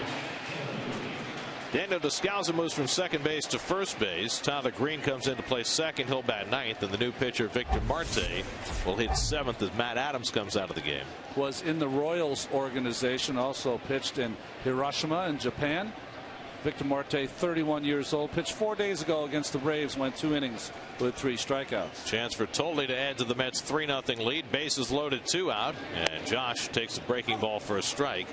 Tolle's been up twice, has 2 infield hits, a dribbler to the right side into no man's land, and then a single to deep short. Right at third, Murphy at second, and Quintanilla at first with 2 down. Marte in relief of Lance Lynn, who lasted just 4 2/3 today. And it's hit to second base right at Green, just into the game. And he tosses out Tolle, and the Mets strand 3. Dickey back to the mound for the 6th inning. Mets still with a 3-0 lead.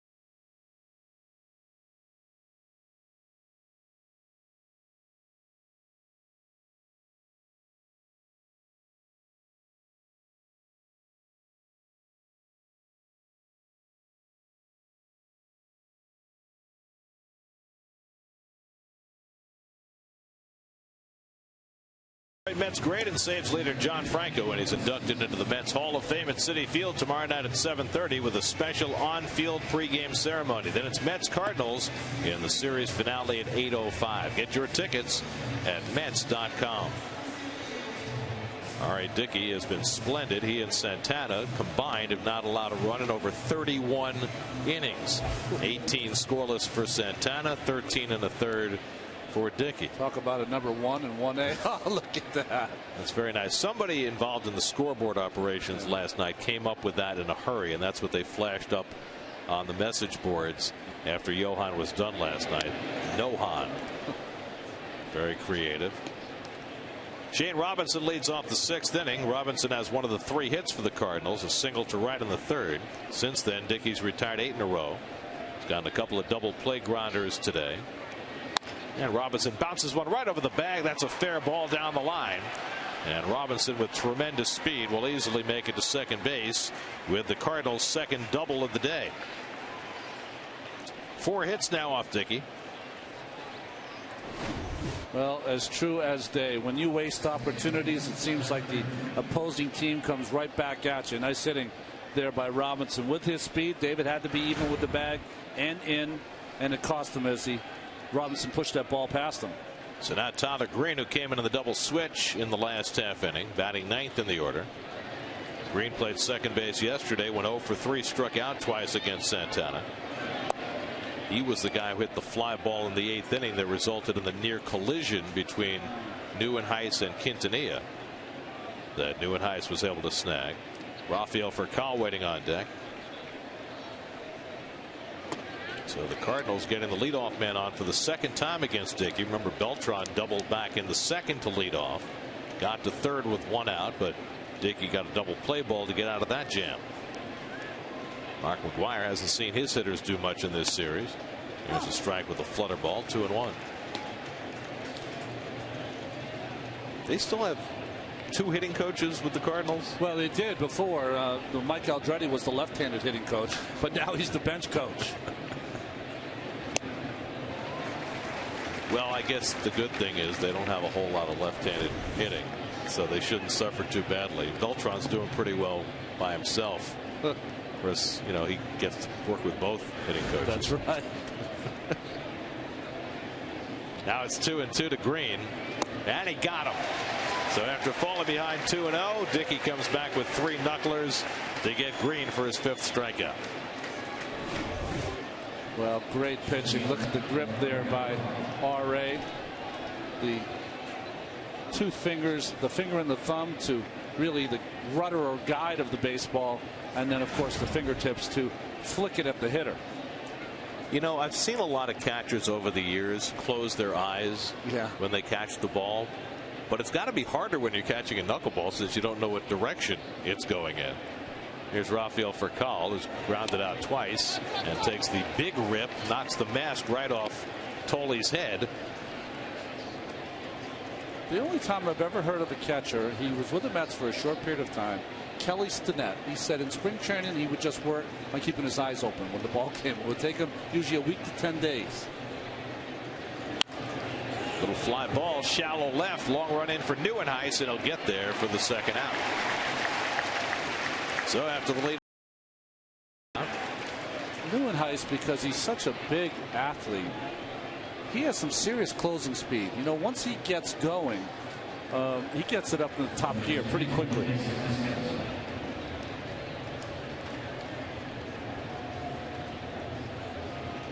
So 2 out now, Descalso, who's been up twice and struck out both times against Dickey.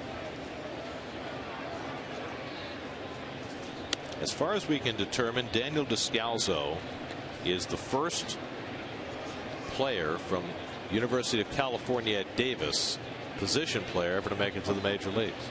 Not exactly a baseball powerhouse. Toward the middle of the diamond, Murphy lays out to smother. It has no play, but did his job keeping it on the infield to keep a run from scoring. Nicely done by Murphy. Well, way to go, Murph. Attention to detail. These are the little things that can save a pitcher. Gives R.A. Dickey another chance to get out of this inning. Seen a lot of infielders in my day kind of lay that into the outfield, cost you a run. Not Murph, hustling all the time. So the Cardinals with a big opportunity here. Matt Holliday, the tying run at the plate in a 3-0 game. Flied out and grounded out 0 for 2. And Holliday swings over the knuckler. 0-1. Holliday with 10 home runs, 34 runs batted in this year. For a St. Louis team that has more home runs and a higher batting average than any team in the National League. You can see the career numbers for Holliday, who first established himself in Colorado. And he takes another big rip, and it's 0-2. Boy, it's interesting and mercurial how that knuckleball is. That this inning is the first inning that it hasn't been knuckling as much. Holliday missed that, but he was on it. Now Dickey ahead 0-2. Strike 3 call. Holliday thought it was up. Lance Barksdale said it was a strike. Dickey has his 6th of the day, and he works out of another jam in the 6th inning. 6 scoreless for Dickey in a 3-0 Met lead.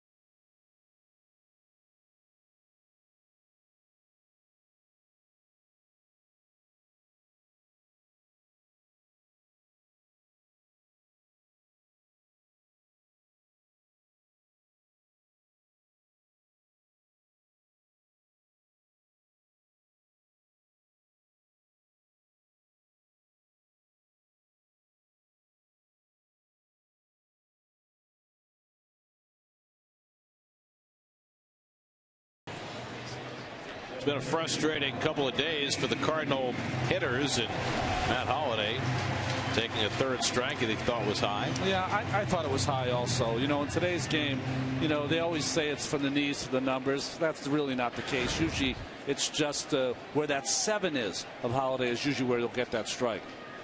So R.A. Dickey getting the benefit of that call, promptly bangs one down to third, where David Freese makes the play. 1 pitch and 1 out for Victor Marte in the home 6th. And so Dickey can go and rest.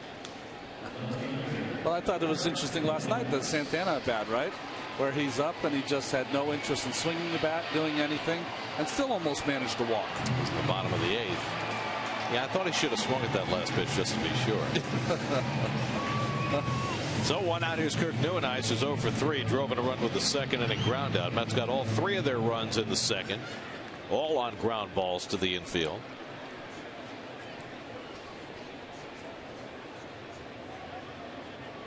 Well, Dickey's had a couple of jams to work out of today, and yet he's only thrown 64 pitches through 6 innings, helping himself once again by not walking anybody.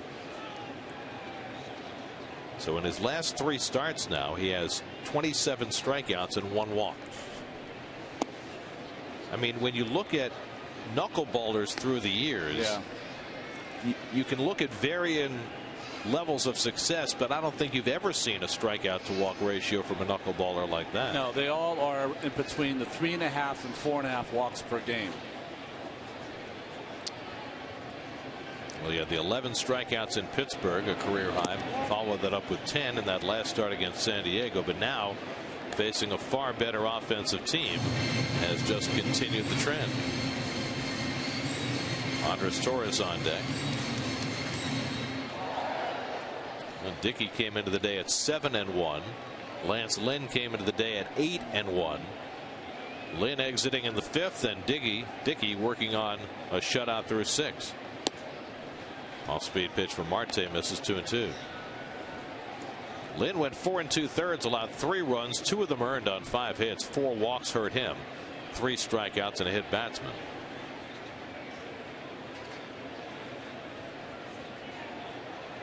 Two from Marte, and Neuenhuis fouls off the fastball. Victor Marte's career got off to a slow start. He was actually suspended, or actually technically on the restricted list, for 4 years for a contract violation coming out of the Dominican, and then had to go to Japan to pitch before he could finally pitch in this country. So he's 31 years old and just getting started, and he blows away Neuenhuis for the 2nd out of the inning. First strikeout for Marte in relief. Well, the Achilles heel for Neuenhuis, that pitch up in the strike zone. It's got a real kind of flattish swing that is good for the ball down in the strike zone, not up. So 2 out and nobody on. Now Andres Torres was grounded out 3 times. He drove in a run with his 2nd inning ground out, and he tries to bunt his way on and misses.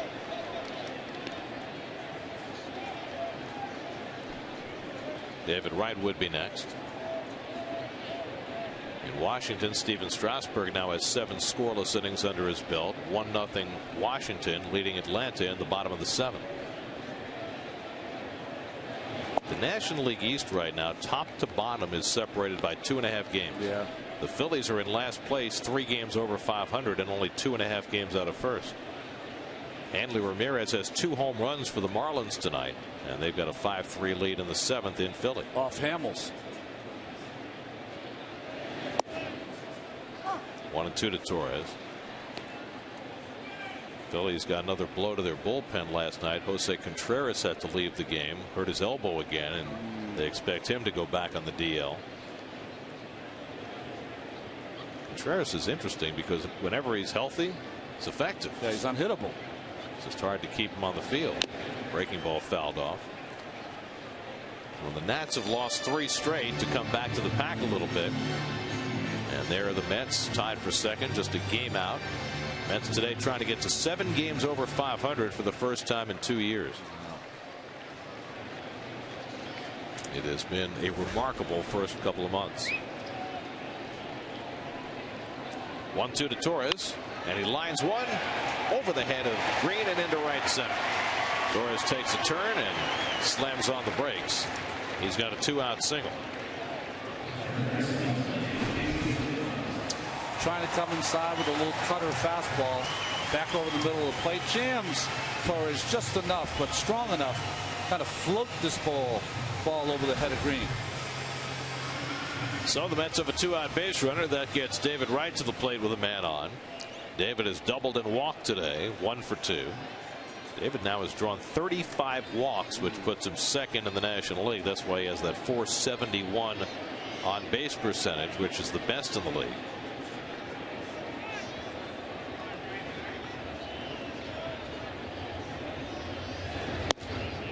The interesting thing will be to see if Duda, who has all of a sudden started to hit some home runs the last couple of days, can stay hot for a while, whether David will draw fewer walks. You know, we've seen Lucas.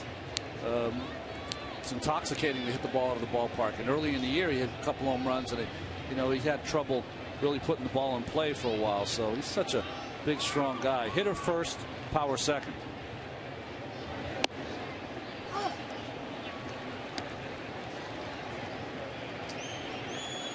They're the walks leaders in the National League. So Wright is second in walks to Votto. He's second in doubles to Votto. What do you think David would do playing in that bandbox in Cincinnati? Oh, gee. Every fly ball to right field be out of the ballpark. Marte ahead of him 0-2. And he hits a slow ground ball. Green waits for it. That retires the side. So Marte throws a scoreless inning. We've played 6 now. R.A. Dickey working on a shutout as we head to the 7th.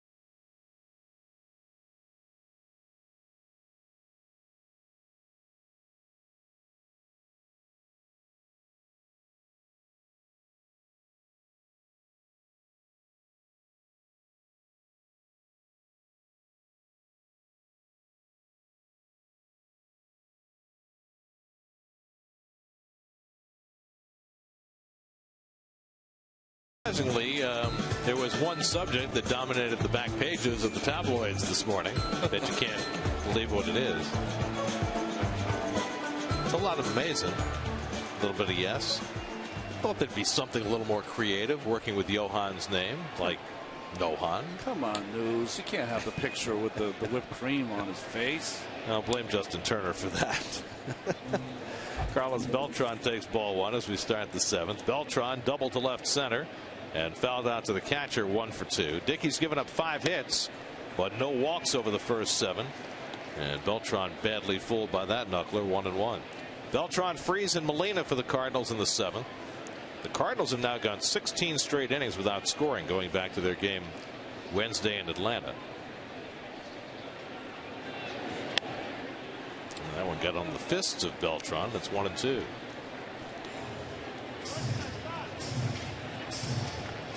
It's funny how stories change quickly. Yesterday, before the game, all the focus was on Beltran and his return to New York. Yeah. Now it's almost an afterthought. Well, they asked him if he wanted to come back and like Darryl Strawberry did when he went to the Dodgers, come back and hit a home run in his first visit back to Citi Field. Murphy playing on the outfield grass is there to throw out Beltran one away. And like a good forecaster, he said, you know what, facing a pretty good pitcher. Well, he was pretty good last night.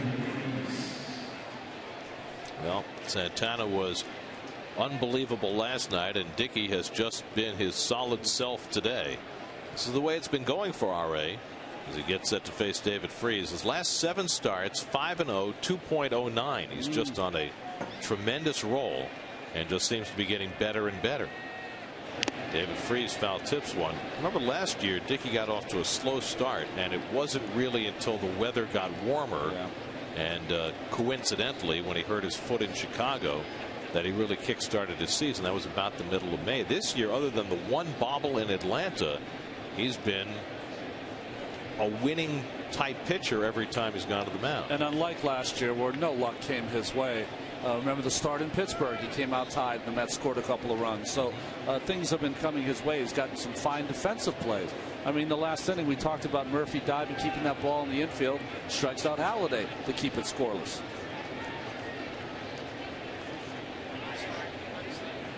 And Freese swings and misses 0-2. It's been a big year for Dickey in so many ways. You have the publication of his book, his climbing of Mount Kilimanjaro, the documentary about knuckleballers that featured him prominently. But he's kept his eye on his craft. You know, a lot of times players can get distracted by stuff that goes on off the field. But I think what's unique about RA is that as the attention has come his way and potential distractions have presented themselves, he's only refined his craft more. There's the very slow knuckler inside. Yeah, he does better, I think, with all the attention. I think it keeps him going. He is not an idle man.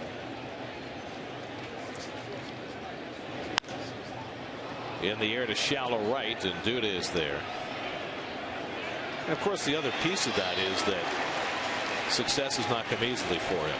And because of that, he has taken absolutely nothing for granted. Well, it's precious to him, and he puts a lot of thought into that knuckleball and his chance at a second career here, a second chance at his career. Here's Molina, who has one of the 5 hits for the Cardinals today. And he grounds one toward the middle. Long way to go for Quintanilla. Smothers, turns, fires. Got him!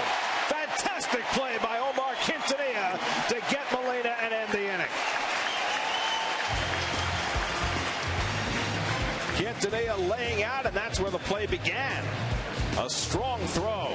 Quintanilla getting Molina and getting Dickey through the 7th.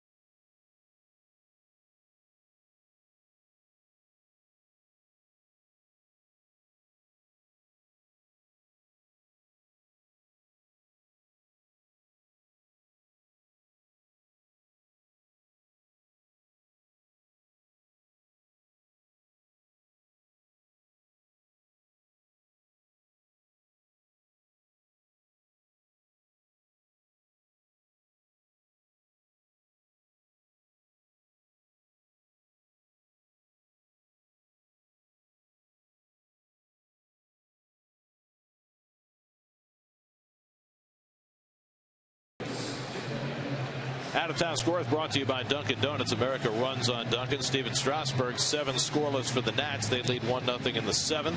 2 home runs for Hanley Ramirez. Marlins up 5-3 on the Phillies. The Dodgers have lost 5 straight games, seeing their league shrink to 4 games in the West, leading. And you see the games later on. Matt Cain goes after his 6th win for the Giants tonight. Giants suffered a potentially big loss last night. You know, Brian Wilson's out for the season. Santiago Casilla has been doing a very nice job filling in for him, but Santiago Casilla left with an apparent knee injury last night in the Giants' victory over the Cubs. Lucas Duda smacks one toward the middle, and he's got a base hit. So Duda leads off the home 7th with his first hit of the day. 5 hits in his last 10 at bats. Well, it's not the first pitch, but it's second pitch hitting here by Lucas Duda. Doesn't get all of that off the end of the bat, but well placed. So Daniel Murphy will step in. You mentioned the Dodgers have lost 5 straight. Chris Capuano finally had a bad start last night. It's Colorado, doesn't count. Just wipe it out of your memory bank. Yeah, it doesn't count. Gave up 7 runs in a 13-3 loss. Mexico City, Chile, Toronto. Not Toronto after the last thing. Colorado, I mean. Kind of like it's Chinatown, Jake. Exactly.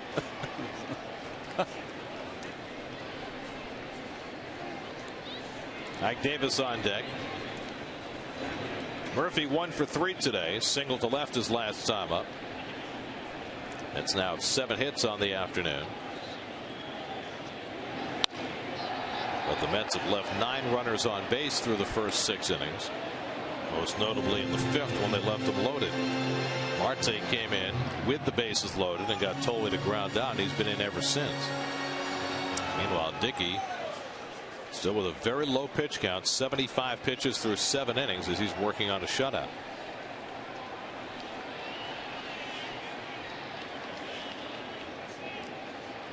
Now Marte ahead 0-2, and Murphy slaps one the other way, and he's got a base hit.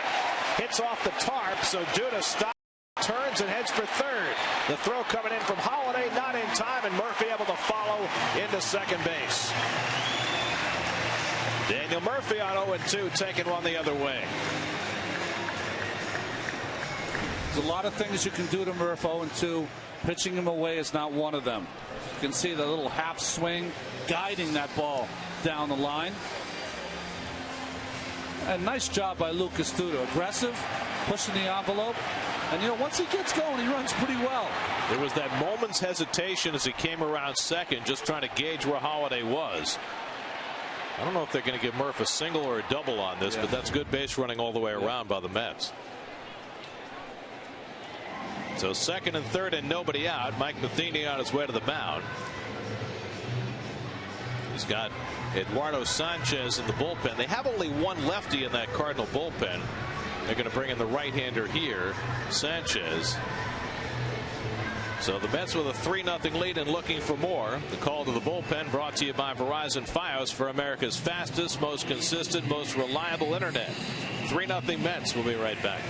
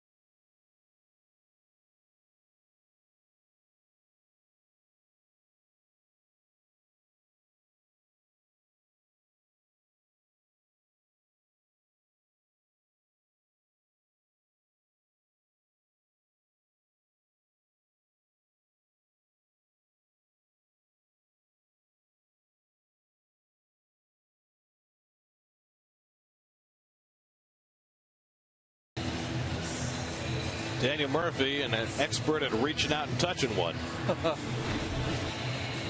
Well, it's almost like he's just pushing that ball down the line. And the worst that can happen is if it goes foul. But with the defense, if they play against him, and I don't know why they play him to pull, it's hitting it against the defense. 23-year-old Eduardo Sanchez comes on in relief for the Cardinals. Well, this young man has an unbelievable arm, throws in the mid-90s, and he's a guy that probably would have made their playoff roster last year. Only appeared in 26 games, but he had some shoulder soreness at the end of the year. Pitched in 26 games for the Cardinals last season. He's been a reliever throughout his career. By the way, they did score a double for Murphy. He's at second, Duda at third with nobody out. Mets have left 9 runners on base, trying to do some damage here against the Cardinal bullpen that has really been struggling. The St. Louis bullpen, the first month of the season, was a strong point, but Fernando Salas, who served as their closer last year, faltered and got sent to the minors. J.C. Romero, who was their second lefty, got released, and the guys who remained had a very, very rough month of May. Ike's had a base hit. He worked a nice walk after being down 0-2. Time for him to pop one, get something going. Infield in for the Cardinals, second and third, and nobody out. And Davis hits one foul. Ike is 1 for 2 on the day. Got the Mets started in the second inning with a hard base hit to right. Mets scored all 3 runs in the second, but they've bypassed some opportunities since. Looking to tack on and make Dickey's work a little easier over the last 2 innings.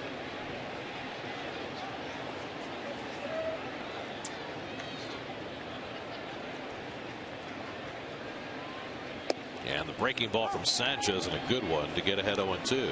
Great movement on his fastball, and when he's getting this pitch over, doubly difficult.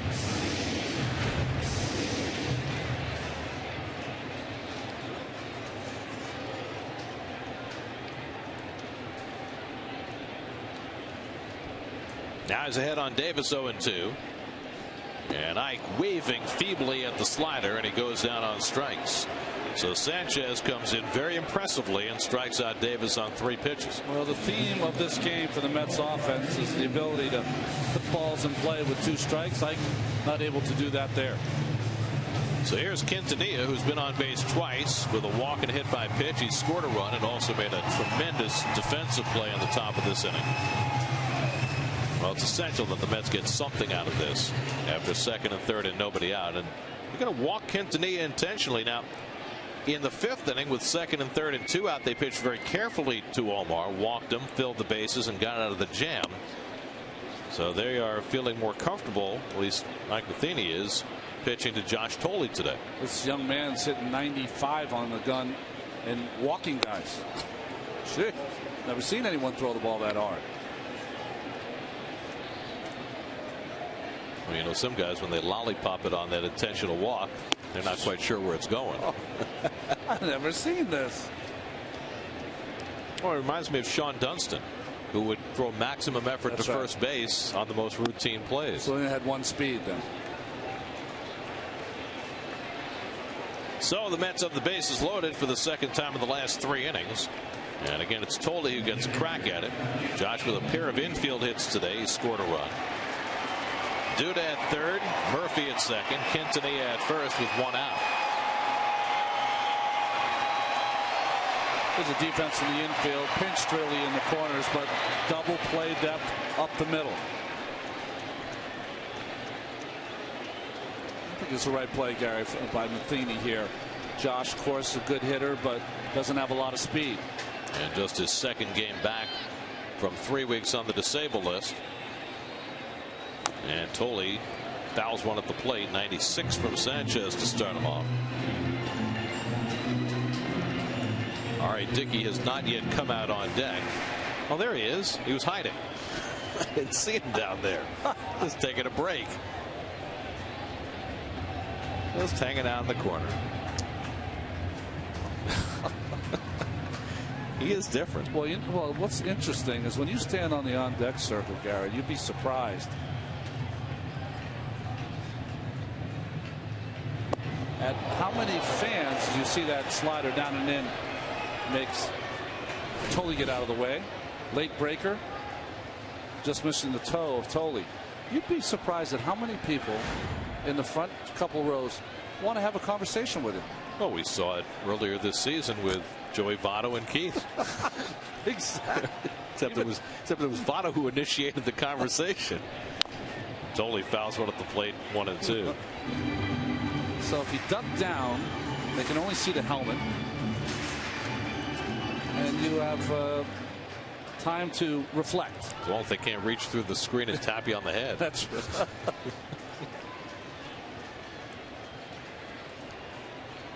Well, Sanchez already has one strikeout in the inning after coming in with second and third and nobody out. Now he's ahead on Tolley, 1-2, with Dickey on deck, and you know RA's staying in. So this is a huge pitch right here. And Tolley hits one slowly. Green's coming home with it just in time for the force play, and that's all they'll get. So Duda is forced out at the plate for the second out.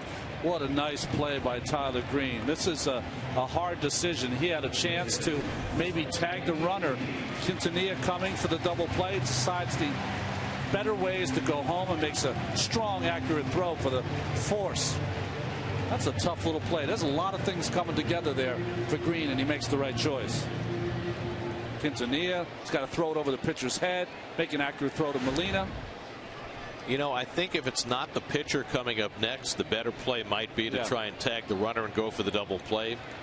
But with the pitcher coming up, you're better off cutting down the lead runner and take your chances. Dickey's 0 for 2 today. And that goes to the backstop. Here comes Murphy. Molina's throw not in time. 4-0 New York.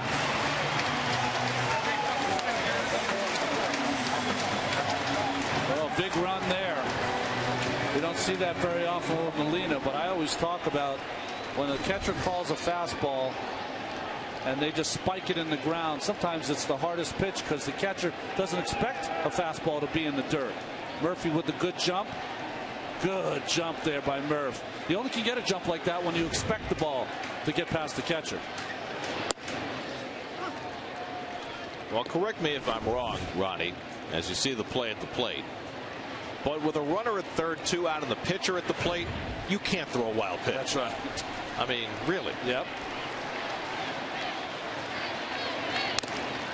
1-2 to RA.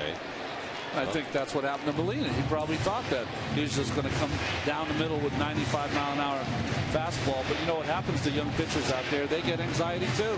He's a pitcher of great talent. You can see that from his stuff. But it was a big mistake by a young Eduardo Sanchez, and it cost his team a run. 1-2 to Dickey with 2 in scoring position and 2 out. And RA taps one down to first, and Descalzo makes the flip to Sanchez to end the inning. But the Mets scratch out another run. 4 runs today. They haven't exactly pounded the ball, but they've got a 4-0 lead for Dickey.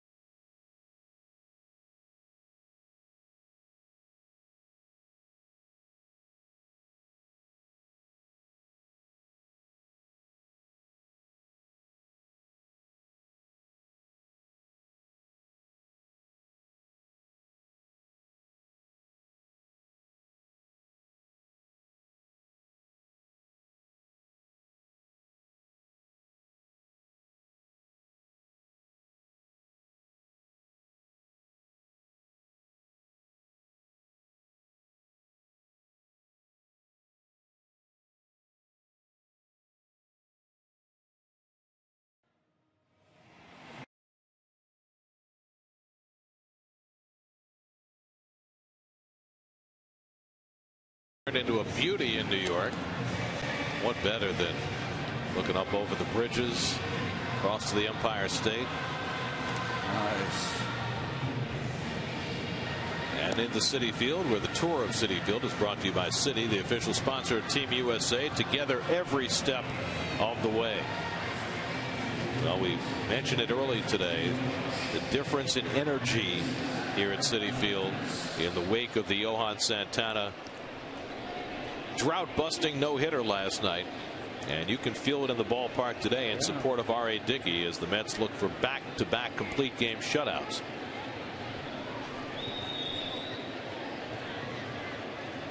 Are able to keep his pitch count low all afternoon.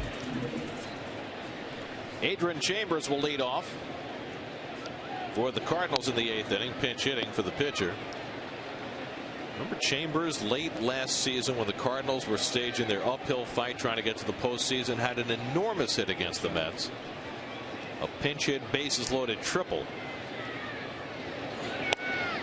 And the knuckleball in for a strike 0-2. He came up late, had 2 or 3 game-winning hits for the Cardinals as they were chasing down the Braves. He only had 3 hits last season, but every one of them was huge.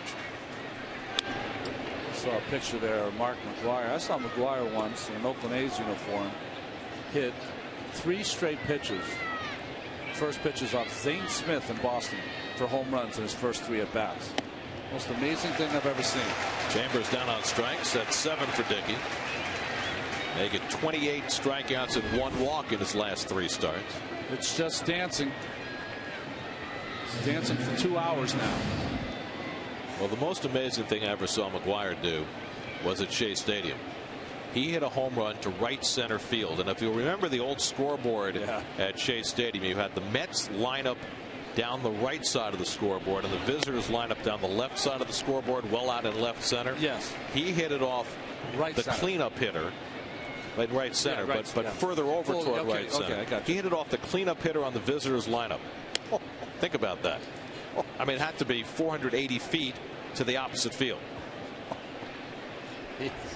Unbelievable. 49 home runs in his rookie year.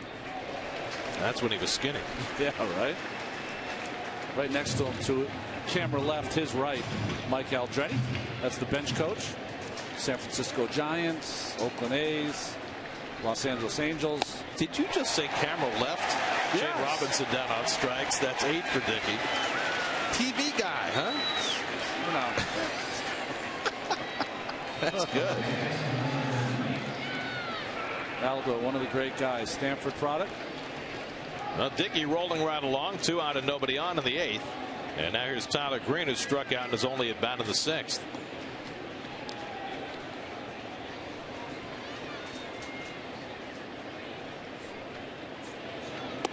R.A. Dickey going after his 8th win of the season today.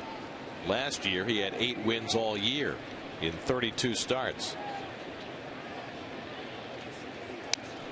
Now we got 5 more weeks to go, 6 weeks to go. But boy, he's making a run for throwing in that classic, the All-Star game.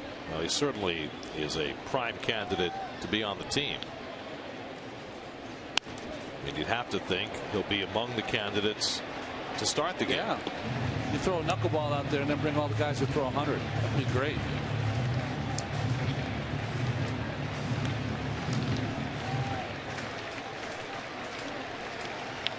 One-two to Green.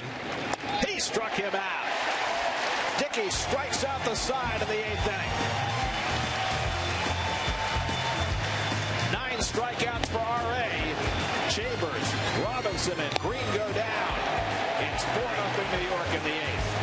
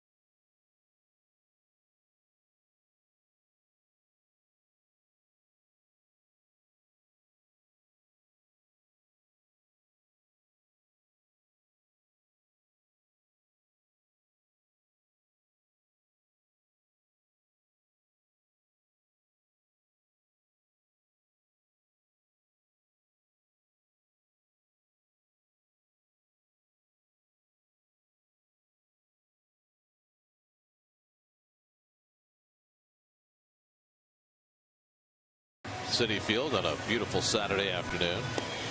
Is that a Met fan and a Cardinal fan like talking to each other? Yeah, I don't know how that works. We're not in the same division anymore. That's how it works now. It's like communion. That's right. Mitchell Boggs will pitch the bottom of the 8th for the Cardinals. Well, was a starter early in his career, has found a home in the bullpen. 51 games for the Cardinals last season. He's been one of their best out of bullpen this year. Etzel at the top of the batting order up in the bottom of the 8th, leading 4-0.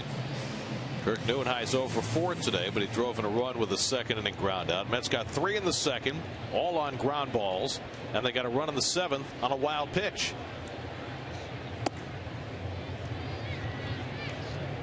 It's been a slugfest.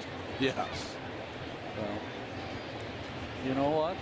Whatever it takes. You know, whatever it takes. When you don't have your hitting shoes on, manufacture some runs.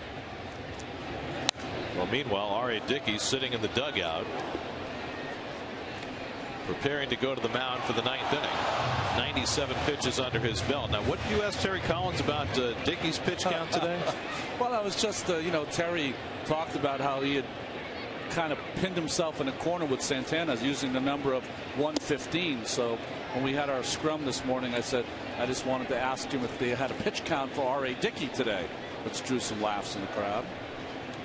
Well, the last time the Mets had back-to-back complete game shutouts, it was 2 years ago, August of 2010 against Colorado. As they sit right back to Boggs, and Neuenhuis is retired. And not surprisingly, the last back-to-back shutouts in 2010, Santana and Dickey. Oh, and they have a chance for that today. New York Mets baseball is brought to you by Bank of America.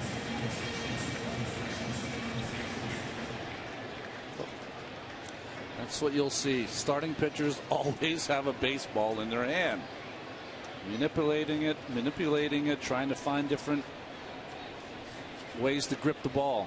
They're working on a split finger, I guess, right now. Andres Torres takes a strike. Torres 1 for 4 today. He's driven in a run. After throwing that many pitches, do you think Santana would go play catch today or just take it completely easy? Today might be a day you might take off. I always like to throw the day after, but you know, coming off surgery, it might be a good day to do a lot of the things. They have a lot of band work. They have a lot of lightweight work that they do to build up the muscles around the shoulder, front and back. Those are things you do every day. David Wright waiting on deck.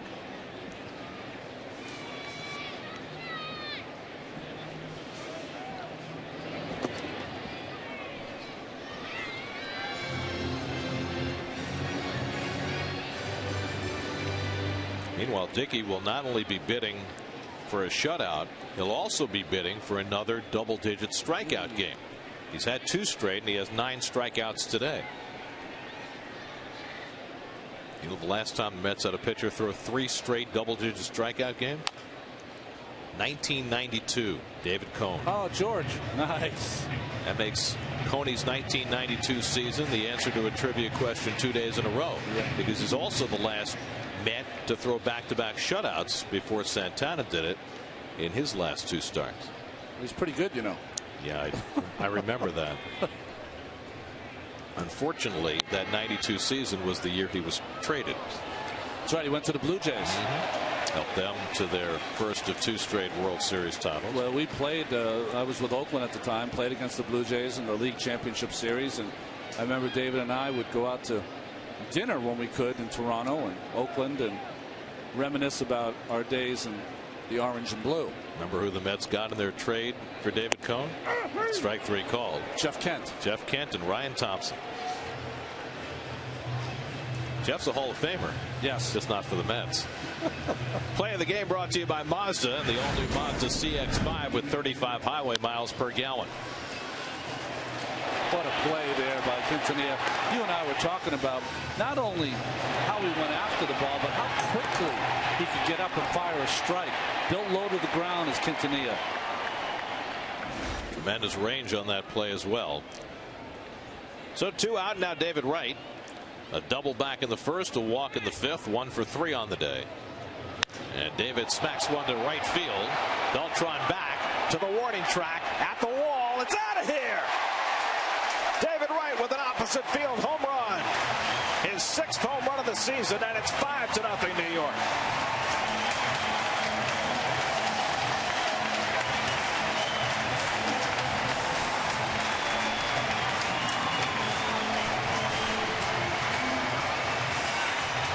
The biggest thing that has happened since the dimensions have been changed, when the big boys connect, the ball goes out of the ballpark. There's no ifs, maybes, could it. When they connect, the ball goes out. Well, that was in the ballpark last year, out of the ballpark this year. Here's Lucas Duda, ball one. You know, he just has such tremendous power to right field for a right-handed hitter. The most since Mike Piazza in a Mets uniform. Duda's 1 for 3 and a walk today. So Wright, with that home run, scores his 734th run. He's now just one behind Jose Reyes for the Mets' career runs scored record. One more notch on the belt. Maybe coming tomorrow. Mets have now homered in 5 straight games, their longest home run streak of the season. Duda, a big part of that. With 2 home runs on Wednesday and another one last night. And now Wright with his 6th.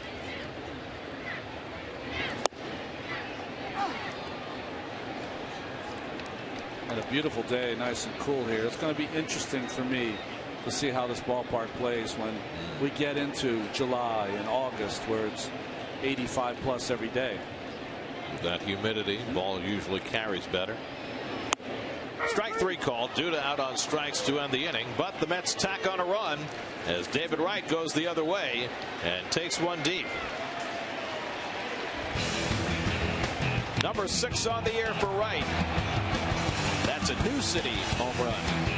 Dickey takes a shutout to the 9th, 5-0 New York.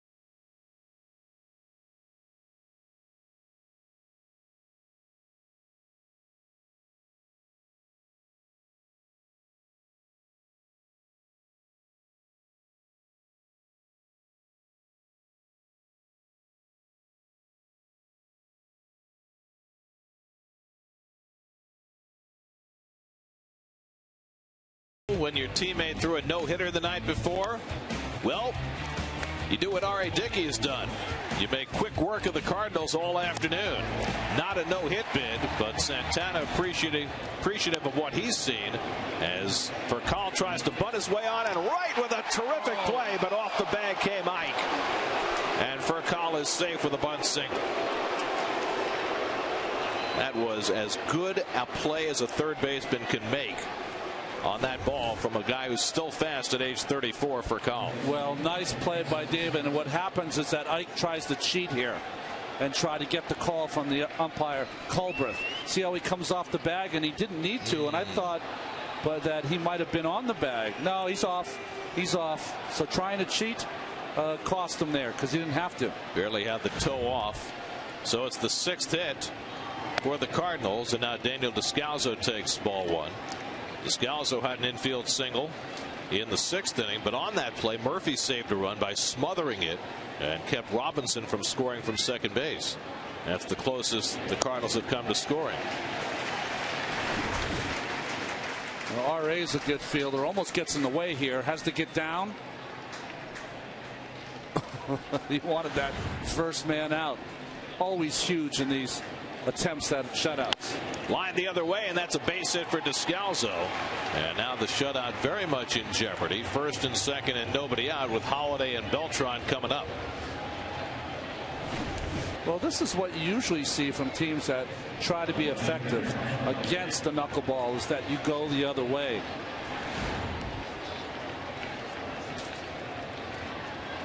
Well, you mentioned the last time the Mets got back-to-back shutouts, it was Santana and Dickey. That was Dickey's one hitter against the Phillies when Cole Hamels had the only hit against him 2 years ago. So here's Holiday 0 for 3, and he takes a strike. Holiday's flied out, grounded out, and taken a call third strike. Moaned about the third strike call that appeared to be high. That ended the 6th inning with runners at first and third. He didn't like that one either. Frank Francisco staying busy in the bullpen for New York. It's been a lonely place, that bullpen. Popped up. Tolley coming back, hoping for a play, but it's back in the crowd. But we already have a pop to the catcher in this game to Tolley. That's one more than we usually have here at this ballpark. Beltran to end the 4th inning. There's so little room behind home plate before you get to the stands. Vercal at second, Descalso at first with nobody out. 0-2 to Holiday. And he just got a piece of it to stay in the at-bat. The hard knuckler from Dickey almost eluded him. Carlos Beltran waiting on deck. Good job Josh Tolley's done today, huh?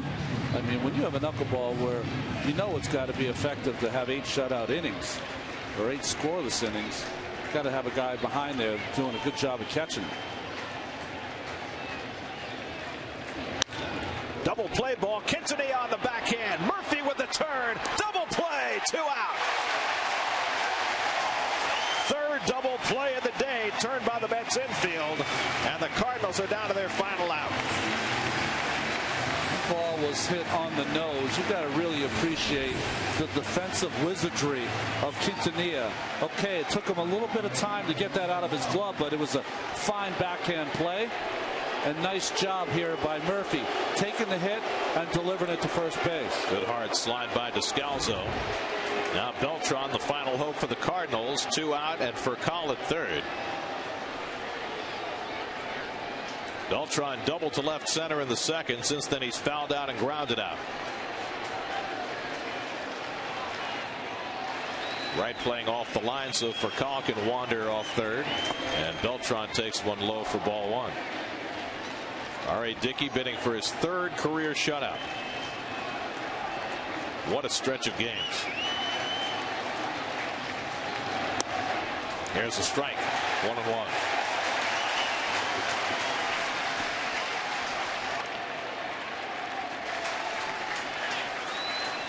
David Freese would be next.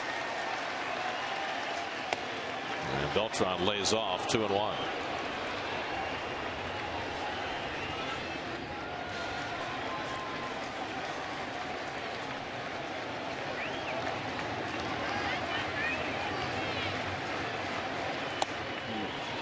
Dickey has not walked a batter today.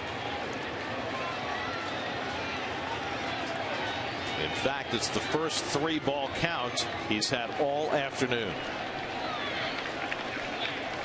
His 100th pitch.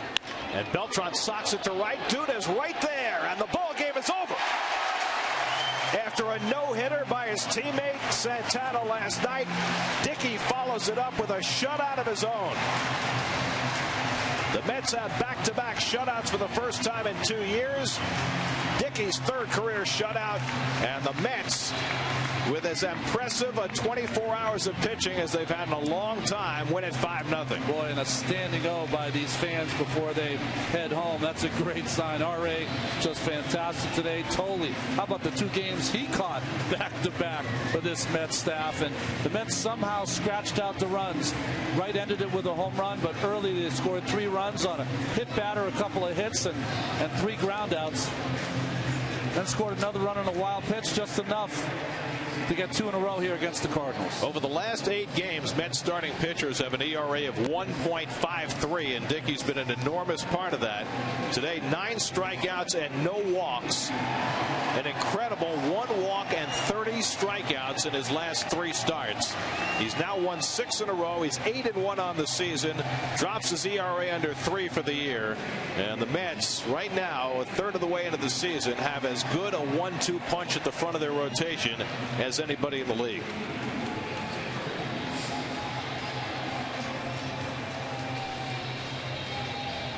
So the Mets go to 7 games over 500 for the first time in 2 years with their 30th win of the season. Today's game summary brought to you by Acura. Acura Advance. Dickey goes to 8-1 with the win, his 6th consecutive victory, his 3rd career shutout. David Wright had a home run, his 6th of the year. The Mets scratched out the rest of their 5 runs today, and they beat the best offensive team in the National League in shutout fashion for the 2nd straight day.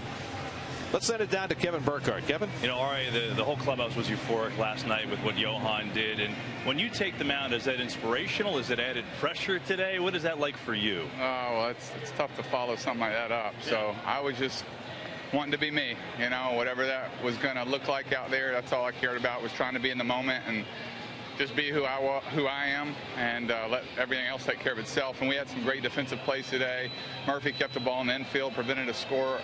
Quintanilla made a fantastic play in the hole. I mean, it was just an all-around good effort by everybody. And who you are this year is different than who you are a year ago. You've got command of all types of speeds of knuckleballs now. How much more comfortable are you, especially with that slower one? You were dipping into the 50s today, all right? Yeah, you know, that was really unintentional. I didn't know how slow it was going to be. In truth, it probably should be a little bit more firm than that, but look, I'll take it. And part of pitching's changing speeds, even with a knuckleball, and working hard to try to be able to do that well has been a quest of mine for a while. So hopefully I can keep the momentum. Mike Nicky has told me the other day that you even have with your hard knuckleball now. He says he swears it takes a little skip in there and even rises sometimes. How are you able to control all of these and limit the walks, which you've done all year? You know, I pick a height, you know, and it's going to do what it's going to do. But if I can get that height right, then usually it's going to fall somewhere in the strike zone. And you get the reputation around the league as a guy who throws strikes. You get some swings on some balls early in the count. I don't know how many pitches I had tonight, but I felt like I had some quick innings. And you know, it's been good. It's been a fun run. Felt like you made your decision on Terry Collins a little easier than last night when he had Johan at like 122. You were at like 87, so he probably had a little easier time with you. Yeah, you know, again, it's hard to follow something like that up. But, you know, Johan, I'm a little bit older than Johan, so I need to give myself a little bit of grace. You know, I'm 37. I think he's only 33. So I'll leave the no-hitters to the young men. Just before I let you go, you know, you come into this year with 41 career wins, and you had the 8 last year. Probably should have had a lot more. You've got 8 already. What does it feel like just for the personal steps you've taken to be at this point in your career now and have this early season success? Well, you know, you just hold on to hope. You know, every morning I get up, I hope that I can use what I've been given the best that I can do that. You know, and so when I get here, I'm very intentional about the work, and it's a blessing to be able to come out, put a uniform on, and play the game of baseball for a living. And I just never want to take that for granted or never feel entitled, and hopefully at the end of the run, I'm where I want to be. All right, tremendous outing again. Congrats and thanks for the time. Thanks a lot. Guys, let's go back up to you. Another great outing by R.A. Dickey. Well, the good feelings just continue to grow around R.A. Dickey and this entire Mets team. Now 7 games above 500 for the first time since July of 2010. Back-to-back shutouts by Santana and Dickey as the Mets win this one 5-0. We've got much more from Citi Field coming up in just a moment.